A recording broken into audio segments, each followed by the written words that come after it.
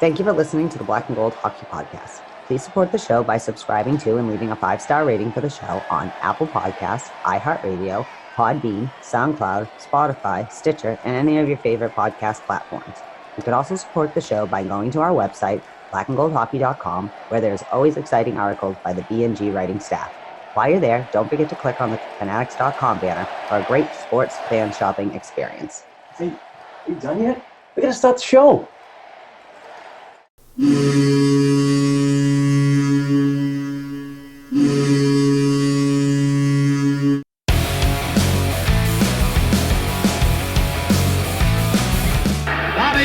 Behind the net, the Sanderson, Orr! Bobby Orr! Scores for the Boston Bruins! 30 seconds left in the period. The Bruins are shorthanded. Ray Bourque from the face-off circle to the right of Reggie Whitman. Fired it down, and Whitmore blew it. Did he ever? To Bergeron on the drive, save, rebound, he's loose. Sagan kicks him loose. Bergeron scores! Patrice Bergeron with the point of the dagger in their throats. They rip it out of Toronto's hands and kill the beast. The Boston Bruins have won it after being 3 down in the third.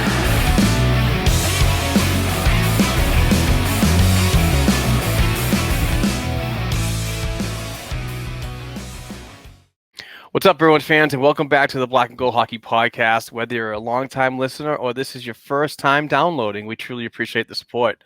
This is episode 220, and we're recording on Sunday, March 14th, 2021, and the show is sponsored by betonline.ag.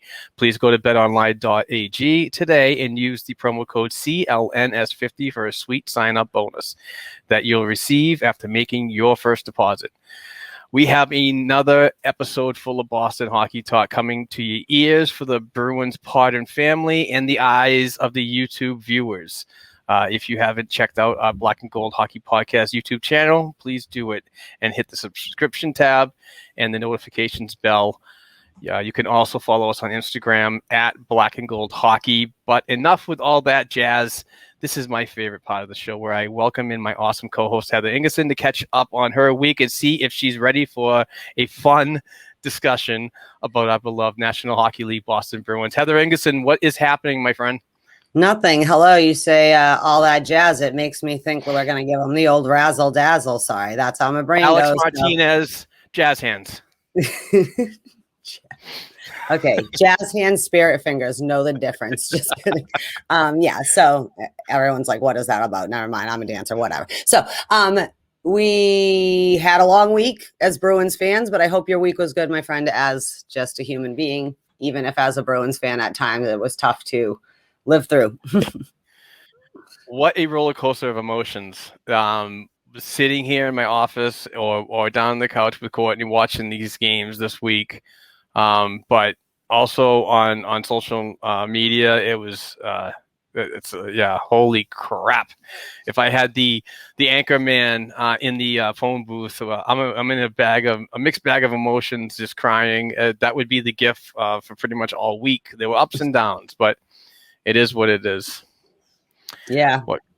I was thinking if something doesn't turn around, like this fan base really is gonna need some help, because it's hard this week. It's all right. It'll be all right. We'll talk it out. Group therapy, Sunday session. Okay. Yeah. Before I talk about our show sponsor, betonline.ag, I just want to give a shout out because I did try something new. We delivered a package, a jersey, a hand-signed jersey. It was a Cherry Chivas jersey. Jerry. Hopefully I didn't say cherry. Jerry Chivas jersey, and Canadian Post takes forever. So first of all, I want to thank John Bond for his contributions to our program every week, every episode. He donates $1, and he won the Jerry Chivas hand-signed jersey last month, and he finally got it last week. So I just want to tee up a picture of what he got. And you can go to patreon.com/Black and Gold Hockey Podcast and donate $1 per episode. And you have a chance every month to be eligible to win one of these. It's a beautiful hand-signed jersey. We threw some magnets and a sticker in there for his brother Mike of the Scuttlepuck podcast. Thank you very much. Right on time, as usual. That's why I have you around, my love. But we want to thank everybody that contributes to the program financially, and if you can't do it, by sharing. So it's really cool. But we do have we're going to give away an awesome jersey. It's March. It's like St. Paddy's month. So this is a day that we're going to honor one of Boston's badass Irishmen. And we're going to give away a jersey later on. A Terry O'Reilly hand-signed jersey is going to a listener or a viewer today. So please pay attention all the way through this episode to hear the winner. And we're also going to give away a Bruins-related item for our weekly giveaway. So stay to the end for that as well. But we do have to talk about our show sponsor, betonline.ag. Betonline.ag is the fastest and easiest way to bet on all your sports action. Football might be over, but the NBA, college basketball, and NHL are in full swing. Betonline.ag even covers awards, TV shows, and reality TV. Real-time, up-to-date odds and props on almost anything you can imagine. BetOnline.ag has you covered for all the news, scores, and odds. It's the best way to place your bets, and it's free to sign up. Head over to the website or use your mobile device to sign up today and receive your 50% welcome bonus on your first deposit. Don't sit on the sidelines anymore, folks. Get in on the action. Don't forget to use that promo code CLNS50. That's CLNS50. To receive a 50% welcome bonus on your first deposit. BetOnline.ag, your online sportsbook experts. All right, Heather, we do have a huge agenda to get to, I think. Well, yeah, we do, actually. So why don't you lead us the way as I tee up some of these banners that we have ready to go. Okay. So first of all, last week I meant to mention International Women's Day, and it's horrible that as the woman on the show, I did not. And I did send out a tweet on International Women's Day, but it is, March is Women's History Month. And I don't really have words besides women, yay, us. I don't know. Like it's weird. I didn't know it existed. Honestly, I was in spring break in Italy like 20 years ago, and that's the first time I ever heard of it. But shout out to all the girls. And I think Bruce Cassidy had the best clip of the week, one of the clips. So do you have his clip? Because I think he sums it up. I love it. I do have his clip. It is hilarious. And we're going to add this right to the stream right now. So let me do this. And here we go. Month?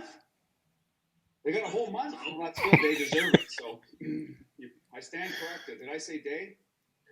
It is day? Let's make it a month. That was awesome. And like in there too, like in the whole clip, there's like someone off like, no, it is International Women's Day. That's why I was like, what? Day? Month? What is going on? Yeah, but he had given a shout out to everyone. But yeah, that was just funny. So happy. I will say that this was one of his happier moments of the week. So like folks, soak that in right now, because you might not see that later on. Yeah. It was pretty good since Monday after the Sunday game, which we'll talk about in a few more minutes. But before we get into the ups and downs roller coaster of the week, it is the COVID-versary. Yes, for everyone. It's been a year world that been a little longer either side, but wow, what a year it's been. So it was first responders night and the other night, but we just wanted to take a minute to say, I know everyone's dealt with the pandemic differently. We've all had our experiences, but the one shared thing is, I think we all can agree. Thank you to all the first responders and doctors and nurses and custodials and everybody who's working, essential workers, either way. I've been an essential worker. I'm really not. I like take people's orders at a takeout joint, which glad we're still in business, but like not the same as, the people still bringing Meals on Wheels to people and things like that. So thank you to everybody out there. Thank you for the people showing the best of people. Sure, we've seen some of the worst of how people can act this year too, but we are, after all, social animals, and our social dynamics have had to change under our own accord. But it's been a year. I'll never forget when my kid called me to tell me they're going home. We think one of the freshmen might have COVID.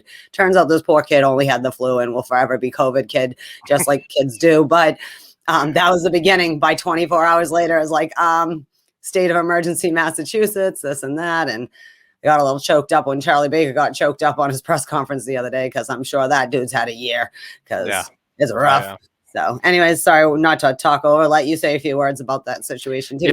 Yeah, friends and family that are in the front lines, policemen, firefighters, emergency room workers, hospital staff, all those, everybody that's essential throughout this year, and did what they had to do to keep humanity to fight this. And I think that we're doing a good job. Could we have done a better job? I believe so, but we're getting to a point that vaccinations are coming out readily available. You can see things are starting to happen. Normalcy is really making a turnaround right now, because fans are being in the stands at some of these hockey games that I didn't think would be seen until fall of 2021. So we're making the appropriate steps forward to get back to normalcy. And I'm a big fan of that. I want to go out. I want to be a regular person. I don't want to be cooped up anymore. As much as I love sitting here with my friend Heather talking Bruins hockey, but I would like to do it sometime, maybe remote somewhere. We take the whole studio and go to a place and hang out. Maybe have a couple of beers and a dinner. Who knows? Yeah. But those are the things I want to do. Yeah, maybe we just get to have a couple beers and a dinner. Like, you know what I mean? Because it's winter too in New England, so we don't really have sold. You can have your fire outside, this and that. But absolutely, the end is near. I'm thinking by Memorial Day, my birthday, around that week. My birthday is the first week of June. We're gonna feel a lot more like the old normal, even though we're living in our new normal, and we'll start to be able to actually develop what will be whatever. But yep, not this week, but next week there'll be fans at the Garden for the first time in a long, I can't believe long it. time. That's gonna be so cool. Can't wait to see that. It's crazy. It's crazy. But yay to the world for those of us, remember those we've lost. Remember this as a life lesson in case in our time, like the kids that lived through the 1918 pandemic, they've been reading lessons. So hopefully from here on, we're a little kinder, happier, and maybe a little nicer. We used to be so annoyed by other people. Now it's like, hey man, there's another person. Like for all the people who have been cooped up, homeschooling, this and that, while still working, you're like, oh my God, another adult. It's awesome. Like, nice to see you. And exactly. I just want to see your friends and family, but don't be dumb about it. Let's get through it by my birthday, so summer can be awesome. All right. Well, I guess we should talk about the week. Oh, geez. I can't even process. Last night, I just had to, all I could post after that game that yesterday afternoon was, I just don't understand I don't understand how a team can bounce back and forth. And it's been going on the last 3 or 4 weeks and just kind of the last 3 or 4 years. How is it possible? But I guess we should start last Sunday. We played New Jersey. Yes, we lost 1-0. We should have. It was the most boring hockey game. I wanted to take a nap come the second period. I didn't really jot down a lot of notes besides, we shouldn't play down to New Jersey, which is what I think we were doing. It was super uninspired and boring. Not as bad as yesterday by any means. It actually, Saturday's game yesterday made me feel better about last Sunday's game for some reason, because at least it didn't look like a horror show as well, but I thought we looked I don't know, just uninspired. I don't know. It was just like blah, blah, blah kind of hockey. But Tuukka got hurt, I think, was the big takeaway of that game. Played the whole game, but holding his back going off. And that's not good because poor Yaro's back's got to be hurting from carrying this goddamn team all week. So, Mark, thoughts on New Jersey? Yeah, pretty boring. I really don't have much to say, but the only goal of the game was a Kyle Palmieri. He's probably going to be coming to Boston. Rumors pretty soon after that goal. But it was a tough one to start the week off. It was a 4-game week and not a great way to start. And the woes continue with this Metro New York area that we just cannot beat in this new MassMutual division. And there's got to be some kind of kryptonite buried in the ground somewhere, because every time Boston comes near the Metro City or they play a Metro team, it's just a disaster waiting to happen. And I've come to the realization that I'm not going to shave this beard until we beat a New York or a New Jersey team this year. I mean, we Good have luck. beaten the Rangers, but I still want to see the Bruins beat the Islanders and play a better effort against the New Jersey Devils. Both teams seemingly lower in the standings, which you'd think that would be a shoe-in for a win, but not this year. It's just, and it goes back several years. This Boston Bruins team, they play down to a certain, players level. So, and it's got to stop. I mean, you 56 game schedule. It's condensed. It's tough. It's not easy for anybody. Every team's going through the same thing, but you just have to be better. I don't know what you got to do to get there. So, just a pretty disappointing start to the week right here, and against a team that you should be beating. Two things. One, if we beat Buffalo next week, does that count as beating a New York team? Because you probably have a better chance of playing Buffalo, but maybe not the way we've been playing. And two, next man up mentality only works if you actually step it the fuck up. It ain't bragging if you do it. You know what I mean? That's one of my favorite sayings. Like that's literally probably Brad Marchand's life motto, because the way he plays, him and the goaltending are the only consistency that has happened on this team in the last couple of weeks. So that's concerning. But speaking of the Metro New York area, which really seems to have a Bermuda Triangle of wins for us, getting just sucked out, and it's never going to happen. Not as bad as it maybe could have been. We played actually a little better, I think, versus the Islanders on Tuesday, March 9th, on Long Island. And my first comment is, and this is just you as a goalie person, I like Varlamov. I like watching him as a goaltender. He gives me kind of like a little bit of old school vibe, like watching all the people we watch, the Potvins and Josephs and Brodors and Ruas and Hassel. You can go on and on of the world. When we were kids, there were some awesome, like really superstar goaltenders all at the same time. But Debrusk got benched. He wasn't on the ice for this game. Yeah. Oh, that's not this one, is it? No. Oh, sorry. Wrong game. Sorry. I got ahead of myself. Why can't we beat this team? They are now 4-0 on the series this year versus us. The goaltender's good. They have good players. I mean, I love Anders Lee. You know what I mean? Like, they have plenty of good players and stuff.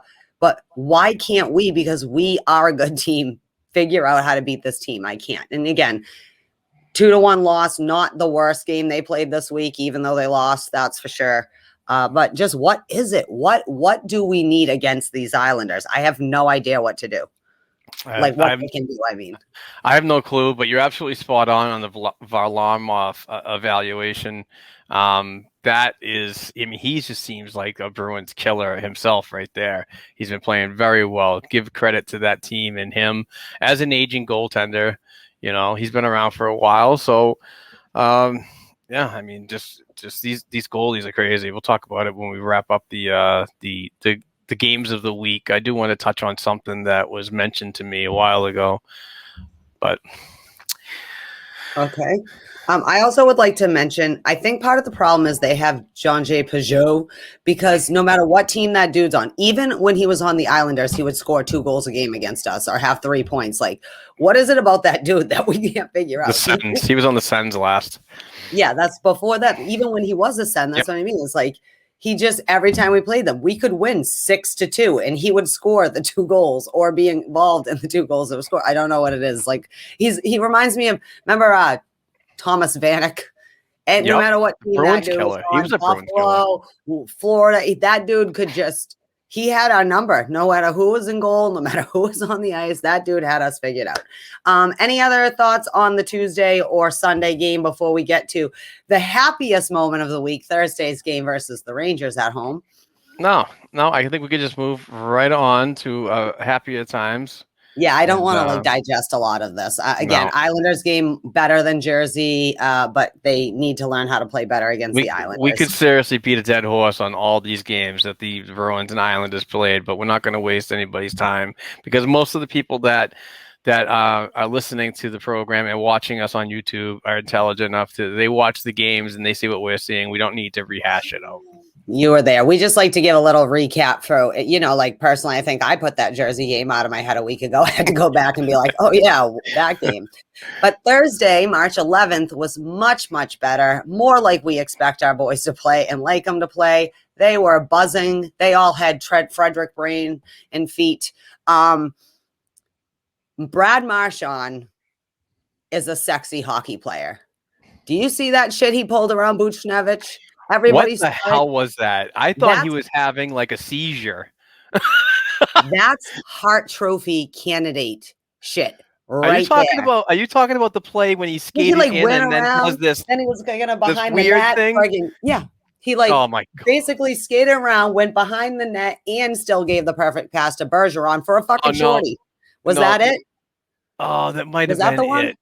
No, I was talking about a Connor Ryan clip. And he's a Boston Sports Journal writer.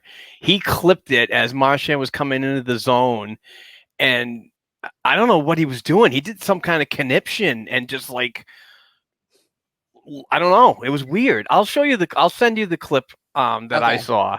And I actually, I should have teed it up for this, but yeah, it was just weird that he made this like weird freaking body language and then all of a sudden just went right around the freaking defenseman. Yeah, maybe that might be the same one. It is. It's the same one. But you're also talking about the full play that came around and then gave it to Bergeron. This particular clip that I believe Connor shared only showed him coming into the zone and faking out that defenseman, and that was it. Yeah, that's what I mean. Is it just kind of that whole sequence, just like Marchand, like he made them look silly. Makes everyone look silly. And that's the kind of shit of why Brad Marchand should be in consideration for a Hart Trophy candidate. Because as much as we talk about Pasternak being like the, he's the superstar, thing, Brad Marchand is our point. He's our production. I'm not saying like Bergie, obviously they like pace each other, but as for usually, even when we have Marchand shows up every game, it was beautiful. Another thing that I thought was beautiful, I actually asked the hockey gods for. David Crady had a 2-point night. He had a goal and an assist. Remember they said we stop looking for the perfect pass. It didn't need to be a perfect pass because Matt Grzelcyk just sent it without just across, and Krejci didn't think twice about it. And that was Krejci. That's doing the Krejci things. I'd also like to comment, people, Krejci still puts a lot of offense on the board. I understand it's frustrating he hasn't scored more, but didn't get the goal or whatever. It was a power play goal, which yay, because the power play keeps going in it. I can't believe when I heard where I think on the Sports Hub hockey show yesterday about I wouldn't think we had a 25% or so power play just the way it's been playing. I mean, maybe it's executing a little more than I'm reminding, but anyways, thank you. David Krejci got his goal. I was very happy for him, the team. Yeah. And also Jake Debrusk finally scored a goal. Yeah, well, he had another one, I think. That's his second goal. But everyone's been on his back, and he scored looking more like Jake Debrusk. I need him to play a little more like that. And he said he was pissed. I know we're going to talk about Debrusk a little later as an actual thing, but good. Play pissed. I know you're the goofy little brother, but it's called a switch. When you step on that ice, I need a little more of this big-bodied play, Debrusk, I like it. And also just leave him on the left. I like him on the left side. Leave him there. He's the right side. So, and one more thing that I really do it. They won because they played like they should as a team. That's how you next man up with all these injuries and the rotations and this and that. And Senyshyn got his game in. Unfortunately, he's also injured now and won't be playing again, but he looked good, I thought, out there for the game. Yeah, he was really involved. Lots of ice time given by that coaching staff on that Bruins bench. And if he was forechecking hard, that line was really, really strong, and they were fast. And man, I mean, for the folks that don't have enough time or don't want to pony up the $7 to watch games down in the Providence Bruins, his speed, his acceleration, and his stick handling, it just really, really good for a young developing kid. And I know he's been with the organization since 2015 when he was drafted in the first round, but still, I mean, this is the right thing to do that this Boston Bruins team is doing. They're stewing their younger developing kids, giving them opportunities at the minor pro level, waiting for chances at the higher NHL level for the roster to create some spots by departures. I think that Zach Senyshyn is going to have like a full-time job at the NHL level next year. When you consider possibly saying goodbye to Sean Corrali, saying goodbye to Andre Kasha, I don't think they should bring him back. This might open up him to be on the right side next to a potential Krejci return, or if you advance Coyle up to the second line center, he could be that right wing that they've been looking for, and see what they can go from there. So a lot of good things coming from him, but it's unfortunate that he gets up to the NHL and it just gets injured. It's so tough. It is. And it sucks because he's making such strides. He's having a great year down in Providence and, just developmentally, anything else. This is how good players get lost in the shuffle. Because when the opportunities come and then you end up, he's injured. It's not his thing. But now he's got to have to play in Providence again before he even gets his next look. So we're talking more towards trade deadline playoffs before Zach will probably get his another. I just like that this time. Before, when he was up, it was like he didn't necessarily execute his chance the way he wanted to like get the look, but I feel like the other like this game he did. He looked more comfortable. He looked more ready to be up on the NHL roster, even though he's got all the skills. Because I'm big. You've been talking about him for years and years, even before he got drafted. I'm a big advocate for him to see what he can do before we decide what to do with him. And him and everyone else in the 2015 draft. Just kidding. I'm sorry. No, I know that's a polarizing narrative in itself. But when you just real quick about Zach, his work ethic is just uncanny. You see him down in Providence. I know I can't be down there to watch practices and so on, but when you see the videos and you see the pictures from the official Providence Bruins Twitter account, the kid's smiling. He's having a blast. It doesn't matter where he is. He's just happy to be involved and still being considered as a person of interest for future placement at the NHL level. So that he's just a happy-go-lucky kid. He doesn't let the draft status or the narrative of that bother him, or his point production and so on. Everybody on that team, it has to make an impact, whether you do it on the score sheet or not. And he's just doing the right things. And he deserved to get that call up because he was playing so well down in Providence. This is actually his best offensive start to a professional year, a minor pro year. So, this is just good things. It's just another speed bump of injuries. The NHL is just taking a hit with the injuries across the board. It is what it is. We knew where that was going to happen, and they don't have the 30 other game cushion, on the other side. Exactly. Look at, but I retweeted something the other day, like, how much more can the Buffalo Sabres fucking fans take? Now they don't even have Jack. They have lost 5 games in a row or whatever it is, 8 games in a row. I don't know. I wrote it down. We'll talk about that later in upcoming games. And now Jack Eichel not only is breaking sticks and about to break some heads because that boy needs out. Now he's injured. Yeah, he's probably on a Tuca, kind of sabbatical because he's got to get his head and body in right. Like, I'm injured and I need a little mental break from this crazy. So. Well, but this is also a good catalyst for Buffalo fans to see what life is like without Jack if he ends up getting traded. Just saying. Sorry. There's only so much that kid can be expected to take before he becomes but even though this and that, yeah, but you also have to think, like, don't be the Connor McDavid or the poor Taylor Hall of the world. Like, I get you stayed there, but I wouldn't give them much more. And it's sad because, I love the Bills and the same owners, they own the Sabres, but they don't.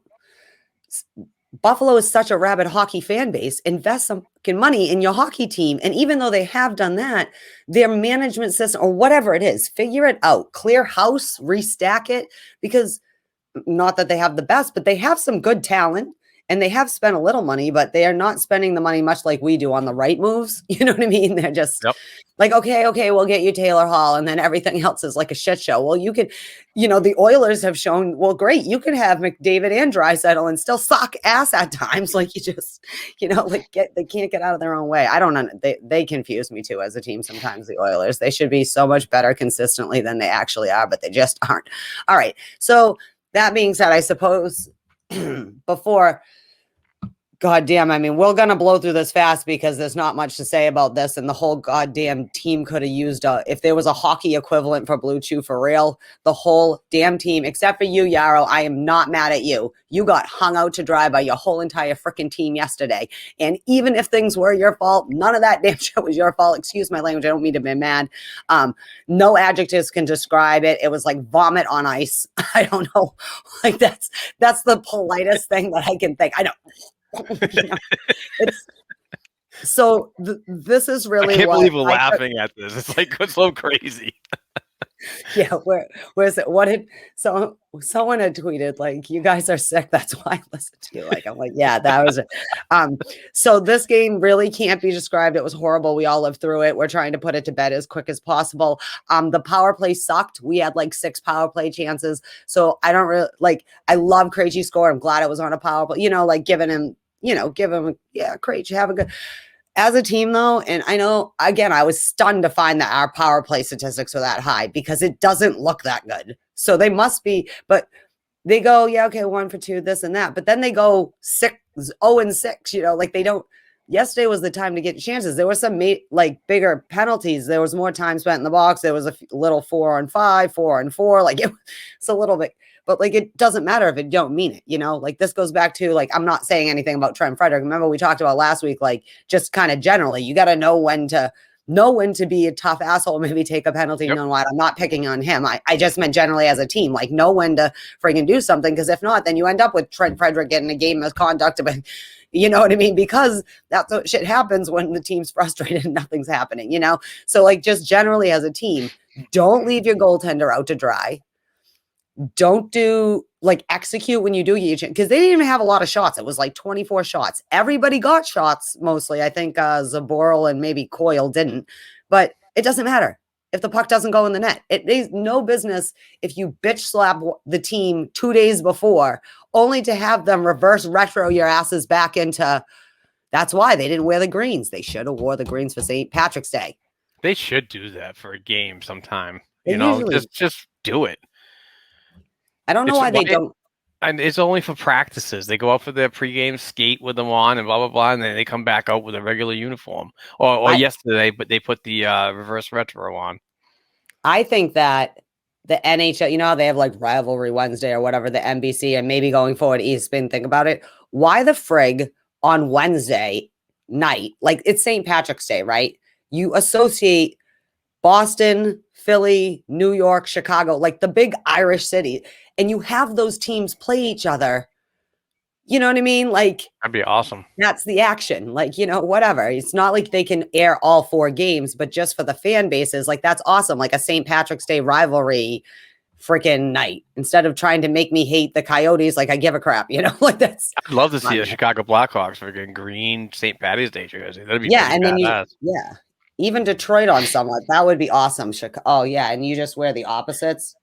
Yeah. Yeah. So anyways, my other note was Brendan Lemieux is what a scumbag. A douchebag. And I also wrote Yar's the only player who is not on my shit list, and I could care less if they get traded. No, I'm just kidding. There's a few more than that. We'll talk about that later. But Brendan Lemieux sucks, like his dad. What a shitbag. Yeah. I mean, we go back to his father and seeing this live when he played for the New Jersey Devils right in front of us at the Boston Garden. The original Boston Garden, when Cam Neely just beat the piss bag out of his father. It was just amazing. What an amazing experience that was.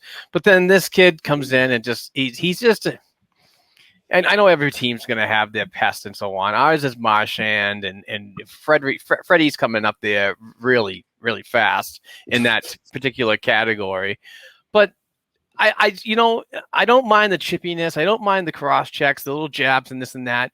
But when a player is in a vulnerable position, when he's going to the bench to to end his shift, and that's when you have to take liberties on somebody when he's turned around and then you shoved him into the door that was open.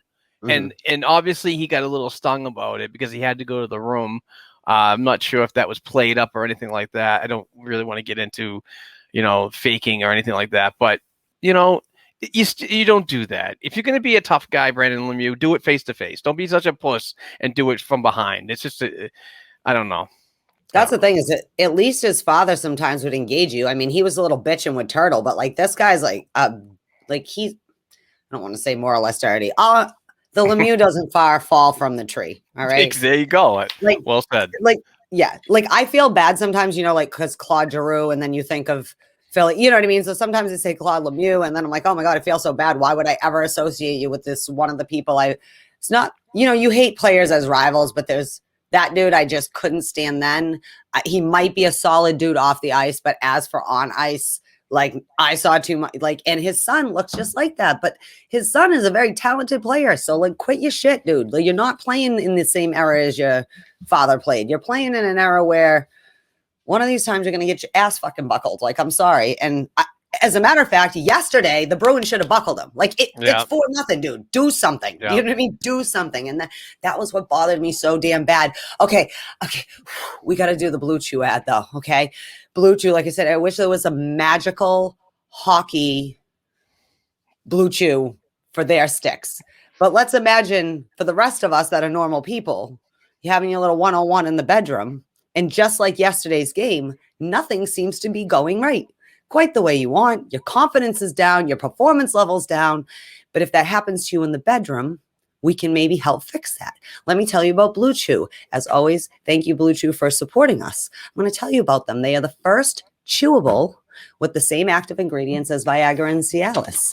You can take them on an empty stomach anytime, day or night, whenever you're ready to take them. It's prescribed online by licensed physicians, so you never have to go to the doctor or wait in line. It's even cheaper than the pharmacy, and they ship it to you in discreet packaging, so there's no awkwardness and you don't have to leave the house, which is great because, it's never gets easy when you're dealing with things. You're just as embarrassed sometimes about things as you were when you were a teenager on these discussions when it comes to the relations, if you know what I mean.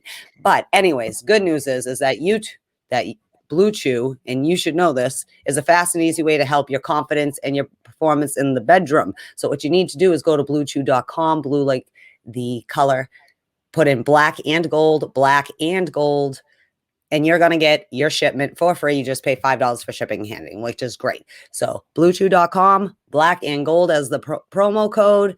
And maybe next time you're trying to finish your 101, we can get back to Sellies and not like a hot mess. Okay? Thank you. That's what I have today. I'm sorry. I'm just too mad to make up something witty and cool. That's all I got today. Okay. That's all I've got because I'm so depressed. I wish my team as a hockey team, like I said, maybe Blue Chew could develop something to cure whatever that happened. All right. Thank you, Blue Chew, as always. Thank you very much, Blue Chew. We certainly enjoy having these guys partnering with us, and we continue to do so. And with those ad reads, Heather, I'm sure that they'll sign another contract over and over again. So, all right. So we might as well let's still stay on to this topic. I mean, it sucks. I hate when the Bruins lose. Oh my God, it's snowing out. Are you serious? I can't see. Yeah, it's a little bit of flurries, but I'm missing the snow. I love snow. I do want to talk about what Bruce Cassidy said after in his presser, and this is from courtesy of the Bruins official Twitter account. This is a screen share, so let's listen to what Bruce had to say here, and he mentions response and accountability. So here we go. So at the end of the day, I think it goes to a number of things. But however you rate those things or stack them up, it's unacceptable. Your effort has to be there every night. Effort and execution fall on the players. We didn't execute well. That's going to happen. But your effort, it was not there with our group, and that's atypical of this group. So that's probably the most disappointing thing today is that our complete lack of effort and pushback. You're not going to win every game. No team does. You're not going to look great every night, but the effort has to be there. And the response, and we didn't have. So that's exactly what he said, and totally have to agree. The response has been in some of these games against the Rangers and the Islanders and the Devils. These are just it's not just one team anymore. Now it's becoming 3 in this new MassMutual division that are just completely hampering us to gain any access to more points that we need, because now with all of these losses like this to these particular teams, we're not in the top echelon of the MassMutual division anymore. We're now in the middle. And I mean, we're in a playoff spot, yes, but you're going to play one. Yeah, you're going to be playing these teams that are under 500, like Buffalo soon. What are you going to expect from them? Looking at the standings right now, Pittsburgh's coming up. They're high up and so on. But you just have to come out. You have to make a statement in these games moving forward. You cannot lay eggs against teams that you should be beating. That's all I got. No, that's fine. All right. Well, that being said, after a lovely week being a Bruins fan, let's give out our studs and duds, shall we? Sure thing. Would you like to start this week? You're the lady. You're the lady. Go ahead. All right. Well, my stud of the week is Yaroslav Halak, because Yaroslav is coming above and beyond. Has he been perfect? Absolutely not. But this dude, like I said, now we're going to have 2 goaltenders with back injuries, because it's concerning. We're going to talk about this in a few minutes, right? Tuukka at first, it was like, Yarrow was going to start anyways. Now we've seen Yarrow a few games in a row now. We'll talk again about the goaltending, but Yarrow has been on point. He has looked good. Like that Islanders game, it wasn't his fault they lost that game. It wasn't his fault they lost to New Jersey. That's from one person not being able to just bury one of their shots. And everybody's fault they lost yesterday, except for Yarrow. And team effort, yay, we played normal on Thursday, so there's nothing to say about that. So he's my stud, Yaroslav Halak. Thank you. You beast. It's really hard to pick a dud because there's many, many duds that happen this week. It's like hard. It's like you could juggle. Yeah. Here's a lottery. Let's put it on your spinner, like, with the thing. I think I'm going to have to give it to Sean Corrali, though. Oh, my God. You hit both of mine. I need him. I like Sean Corrali, but do you know who I'm missing when they're not in my lineup right now? Not Sean Corrali. I miss Joachim Nordstrom and having a little bit more of that grit. Like I'm not saying I want Sean Corrali to go away, but if we got to put him somewhere to get, the play is unacceptable. I think that generally, I mean, you can make that argument with, last week I had to give it to the boy Wagner, he at least has done good things. Corrali has been nearly invisible all season long, and he had a long season last year. So this year, even this week, even though I really wanted to give it to the Bruins power play again because I'm underwhelmed with that, I'm going to have to give it to Sean Corrali, not because I wish him ill will. I wish that he would pick up his stuff and be the Sean Corrali I know he can be, so.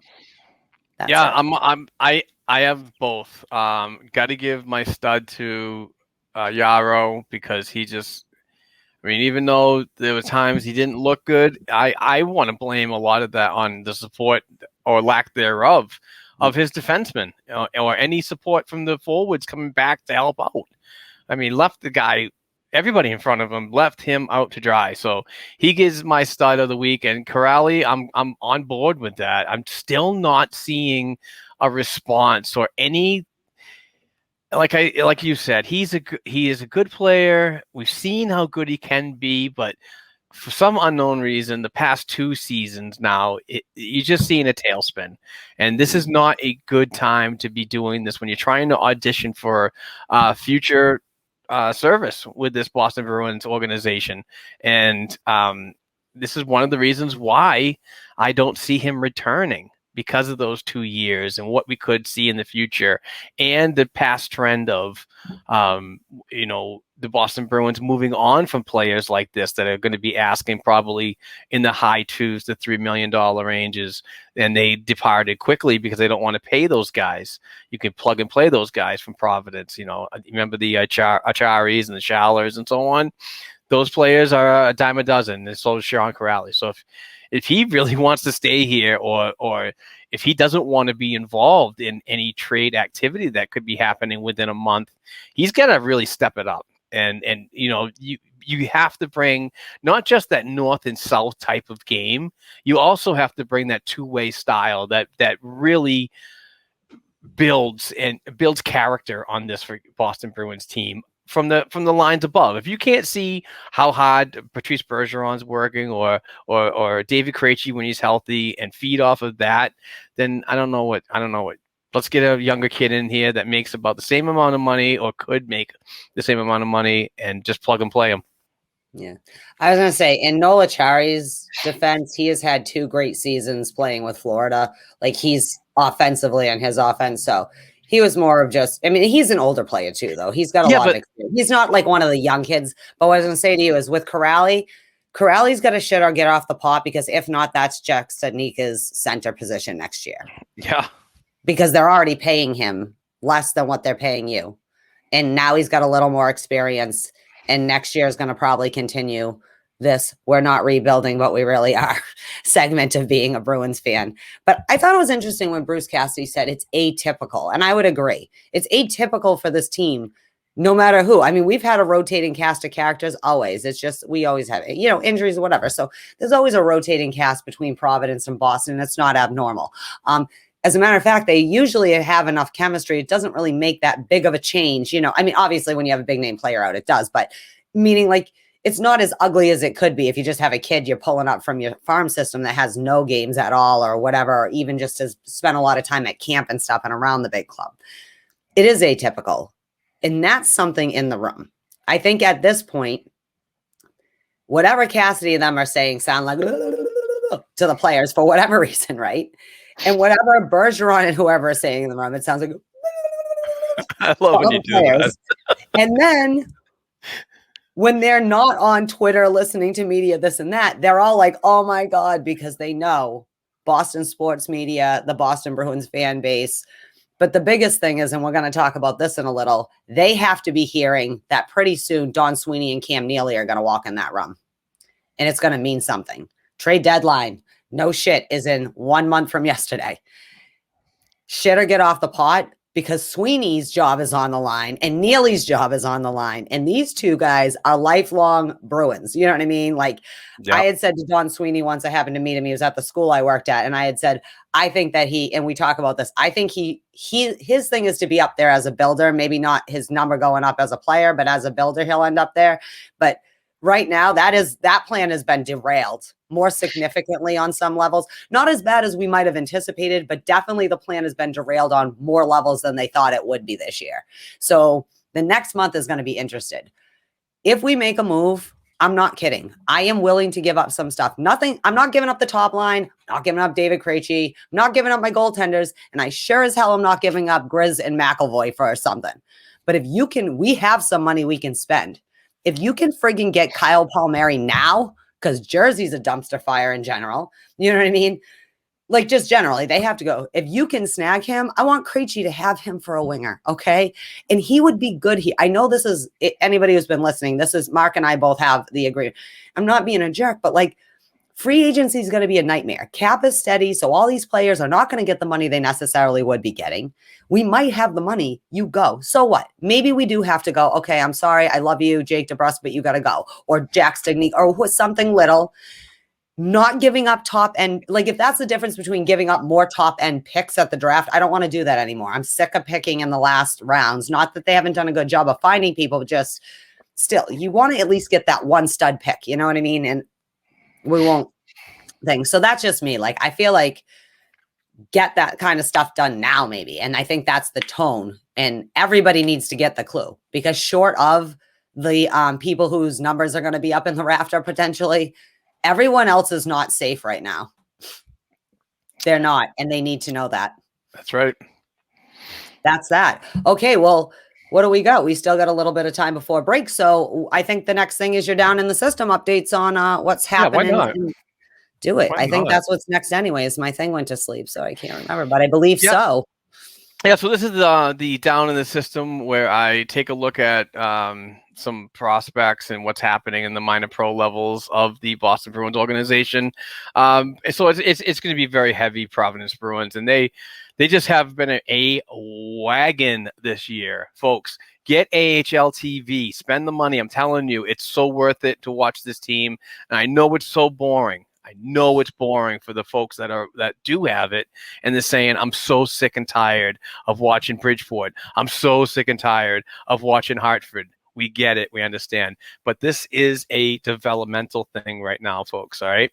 This is all about them skating, getting their reps, and making themselves look good while you're still auditioning for certain roles in the future of this organization. But they have played 12 games, and they're 9-2-1. They have 19 points. 19 points. Hartford has 6 points, and it's 3-5-1. There's a huge gap right here. Huge gap. And they've been playing well. They're 5-0-1, so there's a nice little streak going on right there. They're 8-1-1 in their last 10. And like I said, they've been doing really good. What I really love about this team is the structure in front for the forwards. It's good. They're really offensive. There's a lot of guys on paper that you look and just say, geez, I've never really heard of them. Well, this is why the Boston Bruins scouting staff and the Providence Bruins scouting staff is so huge into getting these plug and plays for sustainability and so on. But for me, it's the goaltending. The goaltending has been absolutely outstanding this year, and it's led by Jeremy Swayman, a former University of Maine Black Bear goaltender. He is 7-0-0 in his first 7 games. He's got a 1.57 goals against average, and he's got a .942 save percentage. When Dan Vladar, it's sick. It's sick. When Dan Vladar is down there and he's playing, because he's up for right now, we'll talk about that later. He's got a 2-2-1 record. The numbers don't look so good with Dan, but it's not about the win losses, in my opinion.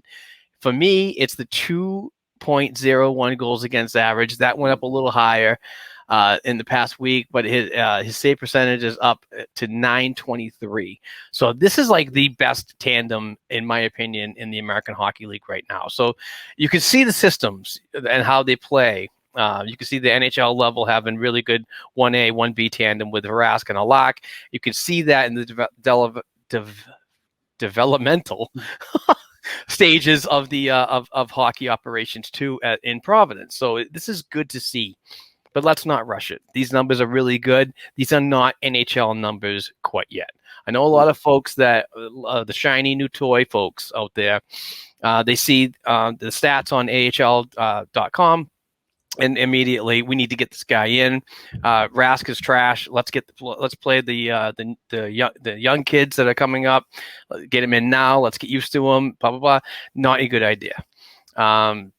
Just for the pure fact that it's a 26 game season. It's condensed. We don't know if it's going to be playoffs. Let's get a full 76 game season under their belt. Then evaluate where you go. If you want to retain Rask for more term, you want to retain Halak for more term, that's fine. But if you actually believe in those guys down in the system, give it a full year and then bring them right in for low cap hits. You can address defensive and forward needs with the money that you'd probably be paying Rask and Halak. So it's kind of a win-win in the future. You know what I'm saying? But let's go to some updates on the stats. Cameron Hughes is now in the lead for points. He's got 4 goals, 8 assists, 12 points in 12 games. Jakub Lauko, who's been playing really good lately, he's got 4 goals, 6 assists, 10 points in 11 games. Paul Carey, he's an assist monster. He's got 10 assists in 12 games. Zach Senyshyn, when healthy and playing, he's got 5 goals, 4 assists, 9 points in 11 games. Samuel Asselin, to round out the top 5, has 4 goals, 5 assists, 9 points in 12 games. And another shout out to the defensive tandem of Brady Lyle and Jack Ashan. Those guys have been promoted, started most of the year, the 2021 calendar year, 26 game schedule year, as their third pairing defenseman. And they've been the best defenseman on the team, and they've gotten promoted to the second line defenseman. And with injuries and call-ups, they've kind of been broken up now, but they're getting more trust and so on. And Jack Ashan is a 5'8" bulldog that plays just a 6'8" man's game. He's just amazing to watch. Lyle is just a sneaky good freaking player that the scouts picked up on. I mean, he's going to be an overage free agent from the Ontario Hockey League, and man, he stepped right into pro hockey like a man and took it right on the chin, and he's freaking doing it really good. So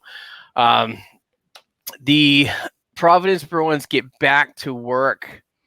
Let me get the schedule up here. Tomorrow at the New England Sports Center, and that is in Marlborough, Massachusetts, and they're playing the Bridgeport Sound Tigers at 1 p.m. That's March 15th. Then they play Saturday, March 20th at 1 p.m. in Hartford, and Thursday, March 25th at New England Sports Center. And to round off the month, they play at Bridgeport on Wednesday, March 31st. So that's a 1 o'clock in the afternoon game. So that is it for the prospects. I do want to mention that not Jeremy Swayman, Kyle Kaiser has been recalled from the Jacksonville Icemen of the East Coast Hockey League, and that is, I guess, the Bruins affiliate. Still no official word yet what's going on with the affiliation, but he's been recalled to Providence. I'm not sure if he's going to get any time, or there might be so much downtime that he's just going to get the recall. It might be a paper transaction, who knows, but Kyle's been playing pretty good, not great, but it is the East Coast Hockey League, which is not going to be the best hockey, but what it does is it gives a goaltender like Kyle, and the only prospect that is actually down in the coast, an opportunity to see a lot of pucks, see a lot of action. And I've seen probably a half a dozen of his games this year, and it's hit or miss, but he's been playing good. Really trying to get back on track to a year previous that just was riddled with injuries and concussions and so on. It's been real hard for this kid, but he seems like he's battling back really tough and wants to be involved. And I think that once he gets to the American Hockey League level, because he's still under an entry level contract, once he gets back to the American Hockey League level, I think that the confidence will come with the more support he gets in front of him, because the league is it's so different from the East to the A. So good things for Jeremy to come up. Good experience. We'll keep him in the fold, and we'll definitely keep an eye on him in the midst of how these goaltenders and the developmental systems are going to work, and how they're going to be inserted into the NHL and blah blah blah. So. Hopefully that was an informative discussion on the Providence Bruins and some prospects. I do want to say Mason Lohrei has been playing very well. So is Jake Smaltz and so on. But I'll definitely try to get a little more involved and getting some more information about some players in other leagues too that happen to be Bruins property. But that is down in the system with me. Okay, well, I would like to say, as the keeper of the hashtag BNG reminders of everyone, feel free to send Mark any questions you have about Providence too. Yeah. If you have a question, given like right now, we're going to talk about it this week about goaltending in a little bit, probably after the break. We're kind of getting close to break. We'll talk for a few more minutes before then.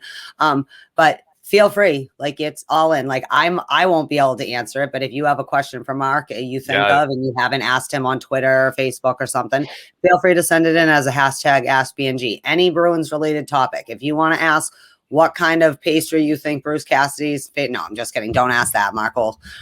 He'll think it's funny at first, but then he'll be annoyed if you send silly questions like that. No, it's a food reference, and I love food. Yeah, and I think he's a cheese Danish guy because I like cheese Danish. You like cheese Danish? Oh my god, raspberry Danish. Do you remember Yeah. Well, listen. Do you remember high school? Yeah. Remember the breakfast in the mornings? Yep. They'd have the Danish that was like this round, but the circle in the middle was the cheese and the raspberry, and then the pastry was like drizzled with freaking icing. Oh, I would literally buy like 8 of those, and not like I would forfeit my afternoon lunch just to get a ton of those. Yeah, I was a sugar kid. True story in school for food. Like now that you brought it up, every day apple cinnamon bagel, and I continued that tradition at State because there was an awesome bagel shop by North Campus because I was a history kid, Sullivan Building, right there on the corner of Lafayette and Loring. But I ate that every day, and every single day 5 days a week for like 4 years of high school. I went around asking, hey, do you have a quarter? Do you have a dime? Because back then we still had payphones, you know what I mean? Until I had enough to buy a Chipwich sandwich, supporter of the Boston Pride, and an apple juice from the vending machine, the Minute Maid vending machine. Oh my God. Every day I collected Jesus. $1.50 for my snacks. I like my sugar too. I need a Chipwich in the middle of the day for a pickup to get me through. So, yeah. Bringing it back 25 freaking years, almost 30 years ago. I really could just see myself staring at how do I get 25 more cents to get that apple juice? Yeah, apple juice and Chipwiches. That is a lunch of champs right there. That's funny. Yeah, well, we're just about, I mean, it's a couple minutes shy, but we're about the hour mark. Did you want to maybe take our break and then we'll get into Jake Debrusk? We will take a break now and we'll hear from Bruce Sullivan from the Boston Sports and Music Memorabilia. He does fantastic work getting all of these signatures and he does private signings. He had Phil Esposito not too long ago. He had Brad Park. He's had Jerry Cheevers. He's had so many great former Bruins and current Bruins at these private signings, and he sells the jerseys for really inexpensive prices, and it's so inexpensive that I have the opportunity to buy a bunch of them, like this one that we're going to be giving away today. This is a Terry O'Reilly jersey. Fully authentic. I can't do it. Authenticated. Thank you, Heather. But it's got everything that you need right here. I mean, I have pictures of him sitting down and signing these jerseys. It's all official, all legal beagle. But let's hear from Bruce and see what he has in his inventory for Bruins related items. So we'll be right back shortly after we hear from Bruce of the Boston Sports and Music Memorabilia. We'll be right back.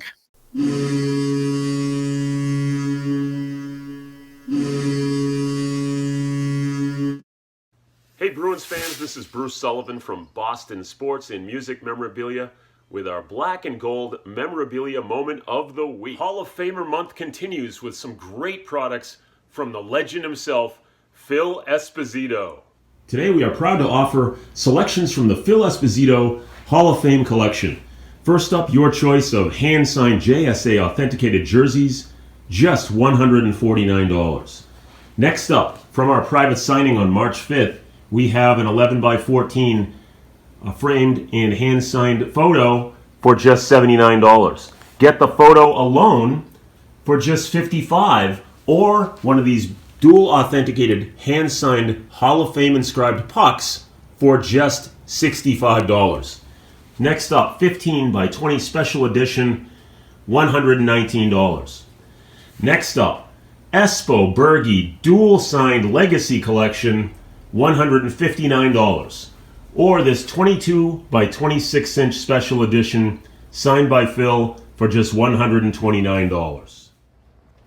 Or choose one of these great photo displays from the legend himself, Brad Park. From our own private signing with Brad, you can get the 11x14 for just $59, or this beautiful special edition for just $89. For more information on our dozens of Bruins hand-signed pieces and for your chance to win free memorabilia each week, check us out at our Facebook page, Boston Sports and Music Memorabilia, or email me directly at bostonsportsandmusic@gmail.com. And be sure to check right back here every week to the Black and Gold Hockey Podcast. Let's go!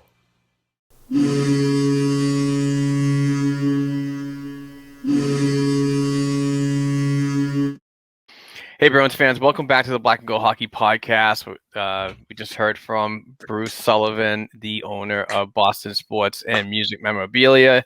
He does a fantastic job. Please follow the Facebook page and get in touch with him there if you want to buy any hand-signed memorabilia, or you can send him an email that he provided and talk to him directly. But we thank Bruce Sullivan for coming on, staying with us every week. He does a fantastic job providing video and audio for us to put in as our mid-show commercial. So with that being said, we are back for our second half of our program, and we're back onto the show agenda that we try to fill every week, and we normally do. We we've been doing really good with getting news and the important stuff that we want to talk about, and what folks want to listen to and see on the YouTube video feed. So let's go in. Yeah, let's go. Let's talk a bit about Jake Debrusk, the debacle that he's going through right now, the struggles, the benching, the COVID-19 protocol, and the increased trade rumors. Where to start? I know where to start with Jake. He's such a good kid too. He does work hard, but it's just not. It's not going in line as one would say. But I don't know what's going on. I mean, his body language in his press conferences was way off to me. He just looked like he was really frustrated with everything that's going on and taking it personally. I really like players like that, but I don't want a player that's so aggressive on feeding into their own struggles, because that's just something that you can't kick easily. Look what Charlie Coyle did when he was playing in Minnesota. I mean, he went through stretches and stretches of games pointless, and he was known to struggle and not be good with himself about those struggles. He was taking it very hard on him, as some trainers would say in previous experiences with having him around, that he just he's a very passionate person. He wants to do what's best, but that drive and that motto can physically bring you down too. And I think this is what's going on with Jake Debrusk right now. It's just, he gets benched, comes back and responds. But like you said earlier, we need Jake to have more consistency when he does this. If he gets benched again, you need to come out and just string a friggin' 6-game streak together, get an assist. Like, let's get something rolling here. The monkey might be off his back, but it's like one of those flying squirrel monkeys. You know what I mean? It's like, we know you're scoring. I mean, we can see you put the puck in the net, but as soon as you get in struggle, we're gonna jump on you. We're gonna spider monkey bite you, whatever. You know what I mean? And just attack you. And not like a good way. No. It's like, this is what you feel when you're struggling and so on. And this is not a good analogy for myself. I will admit that. I'm just trying to go everywhere about this, but still, it's just... You got everyone's attention, though. Yeah. If you're starting to space out, you're like, spider monkeys. I don't know where that came from, but no, it's just tough to see him struggle, because when he's mic'd up, he talks to himself. He's just like, come on, Slick, you got to be better, you got to do this, and he's all about talking on the bench, you're getting everybody going and so on, but it's just got to get going for himself. It's tough to see. It just almost feels like he doesn't want to be here, and I don't want to go into that narrative, but it just sparks up different ideas of what's going on. And with less than a month to go to the trade deadline, it's just, those are factors that are all feeding into anything could happen. See, I think it's the opposite. I think he likes being here so much, and he understands that even though he was kind of put into the lineup, maybe even before he should have been, right? He's been there 4 years. We have to remember, as much as we want to, and I get you're only going to give so much patience. He's had a lot of time. He's been upright. So hear me out why I'm saying this before anyone starts like, I know crazy Inga and know, my takes or whatever, but he's also been asked to do a lot of shit that he probably wasn't ready to be asked to do. And he gets mixed messages a lot. So I guess from the club standpoint, this kid gets a little bit of mixed messages. I'm not saying about the expectations. We obviously expect what we expect from him, but they also readily move him, like you want him to be the left wing and you make him play the left wing, even though I think wasn't he originally a right wing and they made him a left wing. But now after 4 years, you're asking him every now and then to play the right side. You trust him to play on the top line as necessary, so that leads you to believe the organization likes him. But I think the problem is that like he is a young kid, and I think his teammates like him, and he loves being a Boston Bruin. He understands, maybe because his dad, so he's got kind of the background, knowing the history and like what comes with like being a National Hockey League player, and really, sees that firsthand. And I sometimes wonder if, it kind of like we talked about with Charlie McAvoy, McAvoy seems to have shaken it, but remember we talk about, he gets in his own head. It's like he can do the things he's trying to do, but because he's trying to do those things so much, it isn't. So you watch him on Sunday, right? And you're not mad that his ass got benched, right? Even though maybe him not being benched that day was the day he might have got the goal on Tuesday, and maybe we would have won versus the Islanders, okay? But you can't play if and when. Deserve to get benched, yeah. If anything, sometimes it's not even to punish a player. It's just to get the player to not have to worry about being the player that day. Take a breath, sit up top. We can fill in for now. But I think that's a lot of it. I don't think Jake Debrusk is ever going to be this 30-goal scorer, but I also think that Jake Debrusk doesn't get the credit where it's deserved on the fact that he has for 4 years, good, bad, or ugly, tried his ass off to do everything he can to be a good member of this team and do whatever. So I think maybe he needs something, it's more in his head than his execution, because you saw he got benched, he comes back Thursday, he looks like the Jake Debrusk that everyone wants him to be and that he can be. And then unfortunately he had to go on the COVID list. So we don't know. He could have had a good game. Yeah. Maybe Jake Debrusk being on the ice might have changed the dynamics a little bit. Probably not. It was a shit show. He probably just would have been in the mix, and the trade rumors would have been like, I think it's funny. People like, now he's in the trade rumors. Are you kidding me? He's the only toy we've had to him and Brandon Carlo are the only things we have been dangling at people for like 2 years. Like everyone always talks about him being traded. Right now is not good. His trade value sucks. But I don't know. I hope he figures it out. I just generally, because he can consistently be that player we saw on Thursday, but he's just not that consistent player. Yeah, unfortunately. I don't know if he'll be on the trade block right now, but you bet your ass he can be in discussions this summer if something doesn't gonna give. Because right now you can bench if you need to move, you know what I mean? Move him down a line, whatever. But I do truly think he can really deserve that second line left wing spot. I really do. And I think he likes Krejci, and I think Krejci likes him. I think there's just something. Sometimes they're clicking, sometimes they're not. I don't think Debrusk hurts having Krejci. I just feel like maybe he's not getting the lessons or after this time, he can't quite figure out how to give Krejci what he needs to execute. But when they do, look what happens. You know what I mean? Good things happen. So I don't know. I hope it works out, because I don't want to lose Jake Debrusk. If we have to, we have to, and he'll have deserved it. But yeah, it's a tough situation. You have to give something to get something. And in situations like this, it's, it is going to spark trade rumors and so on. And I think that if Jake continues this roller coaster of a season, and like I always say that making a trade with at least 1 year under a contract belt is good for both parties. You're not rushed into anything. You have negotiation time, a little bit extra time to work with the player and so on, which is obviously of value. But I was watching Top Shelf Hockey, and we'll go into the trade rumors and to end this topic right here. Top Shelf Hockey does a great job on YouTube. I follow him and watch his videos every day. He's such a good guy. And he mentions that there is this stuff floating around that the Bruins and Nashville Predators are starting to heat up talks again, and that's for Matthias Ekholm, the defenseman, left shooting defenseman.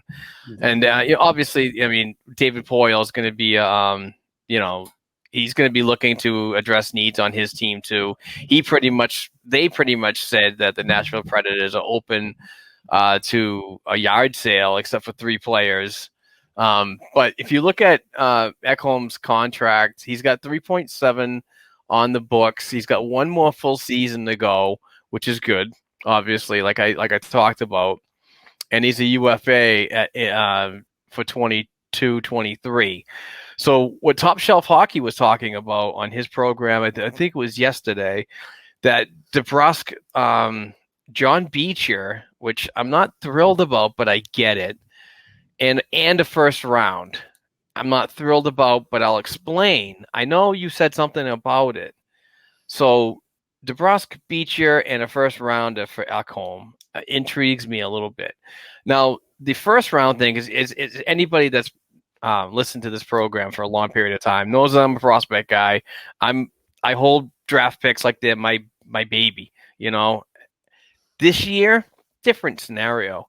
When you listen into like 31 Thoughts podcast with Jeff Marek and Elliot Friedman, they're constantly talking about scouts not being able to be in-house to watch any of these guys and evaluate talent.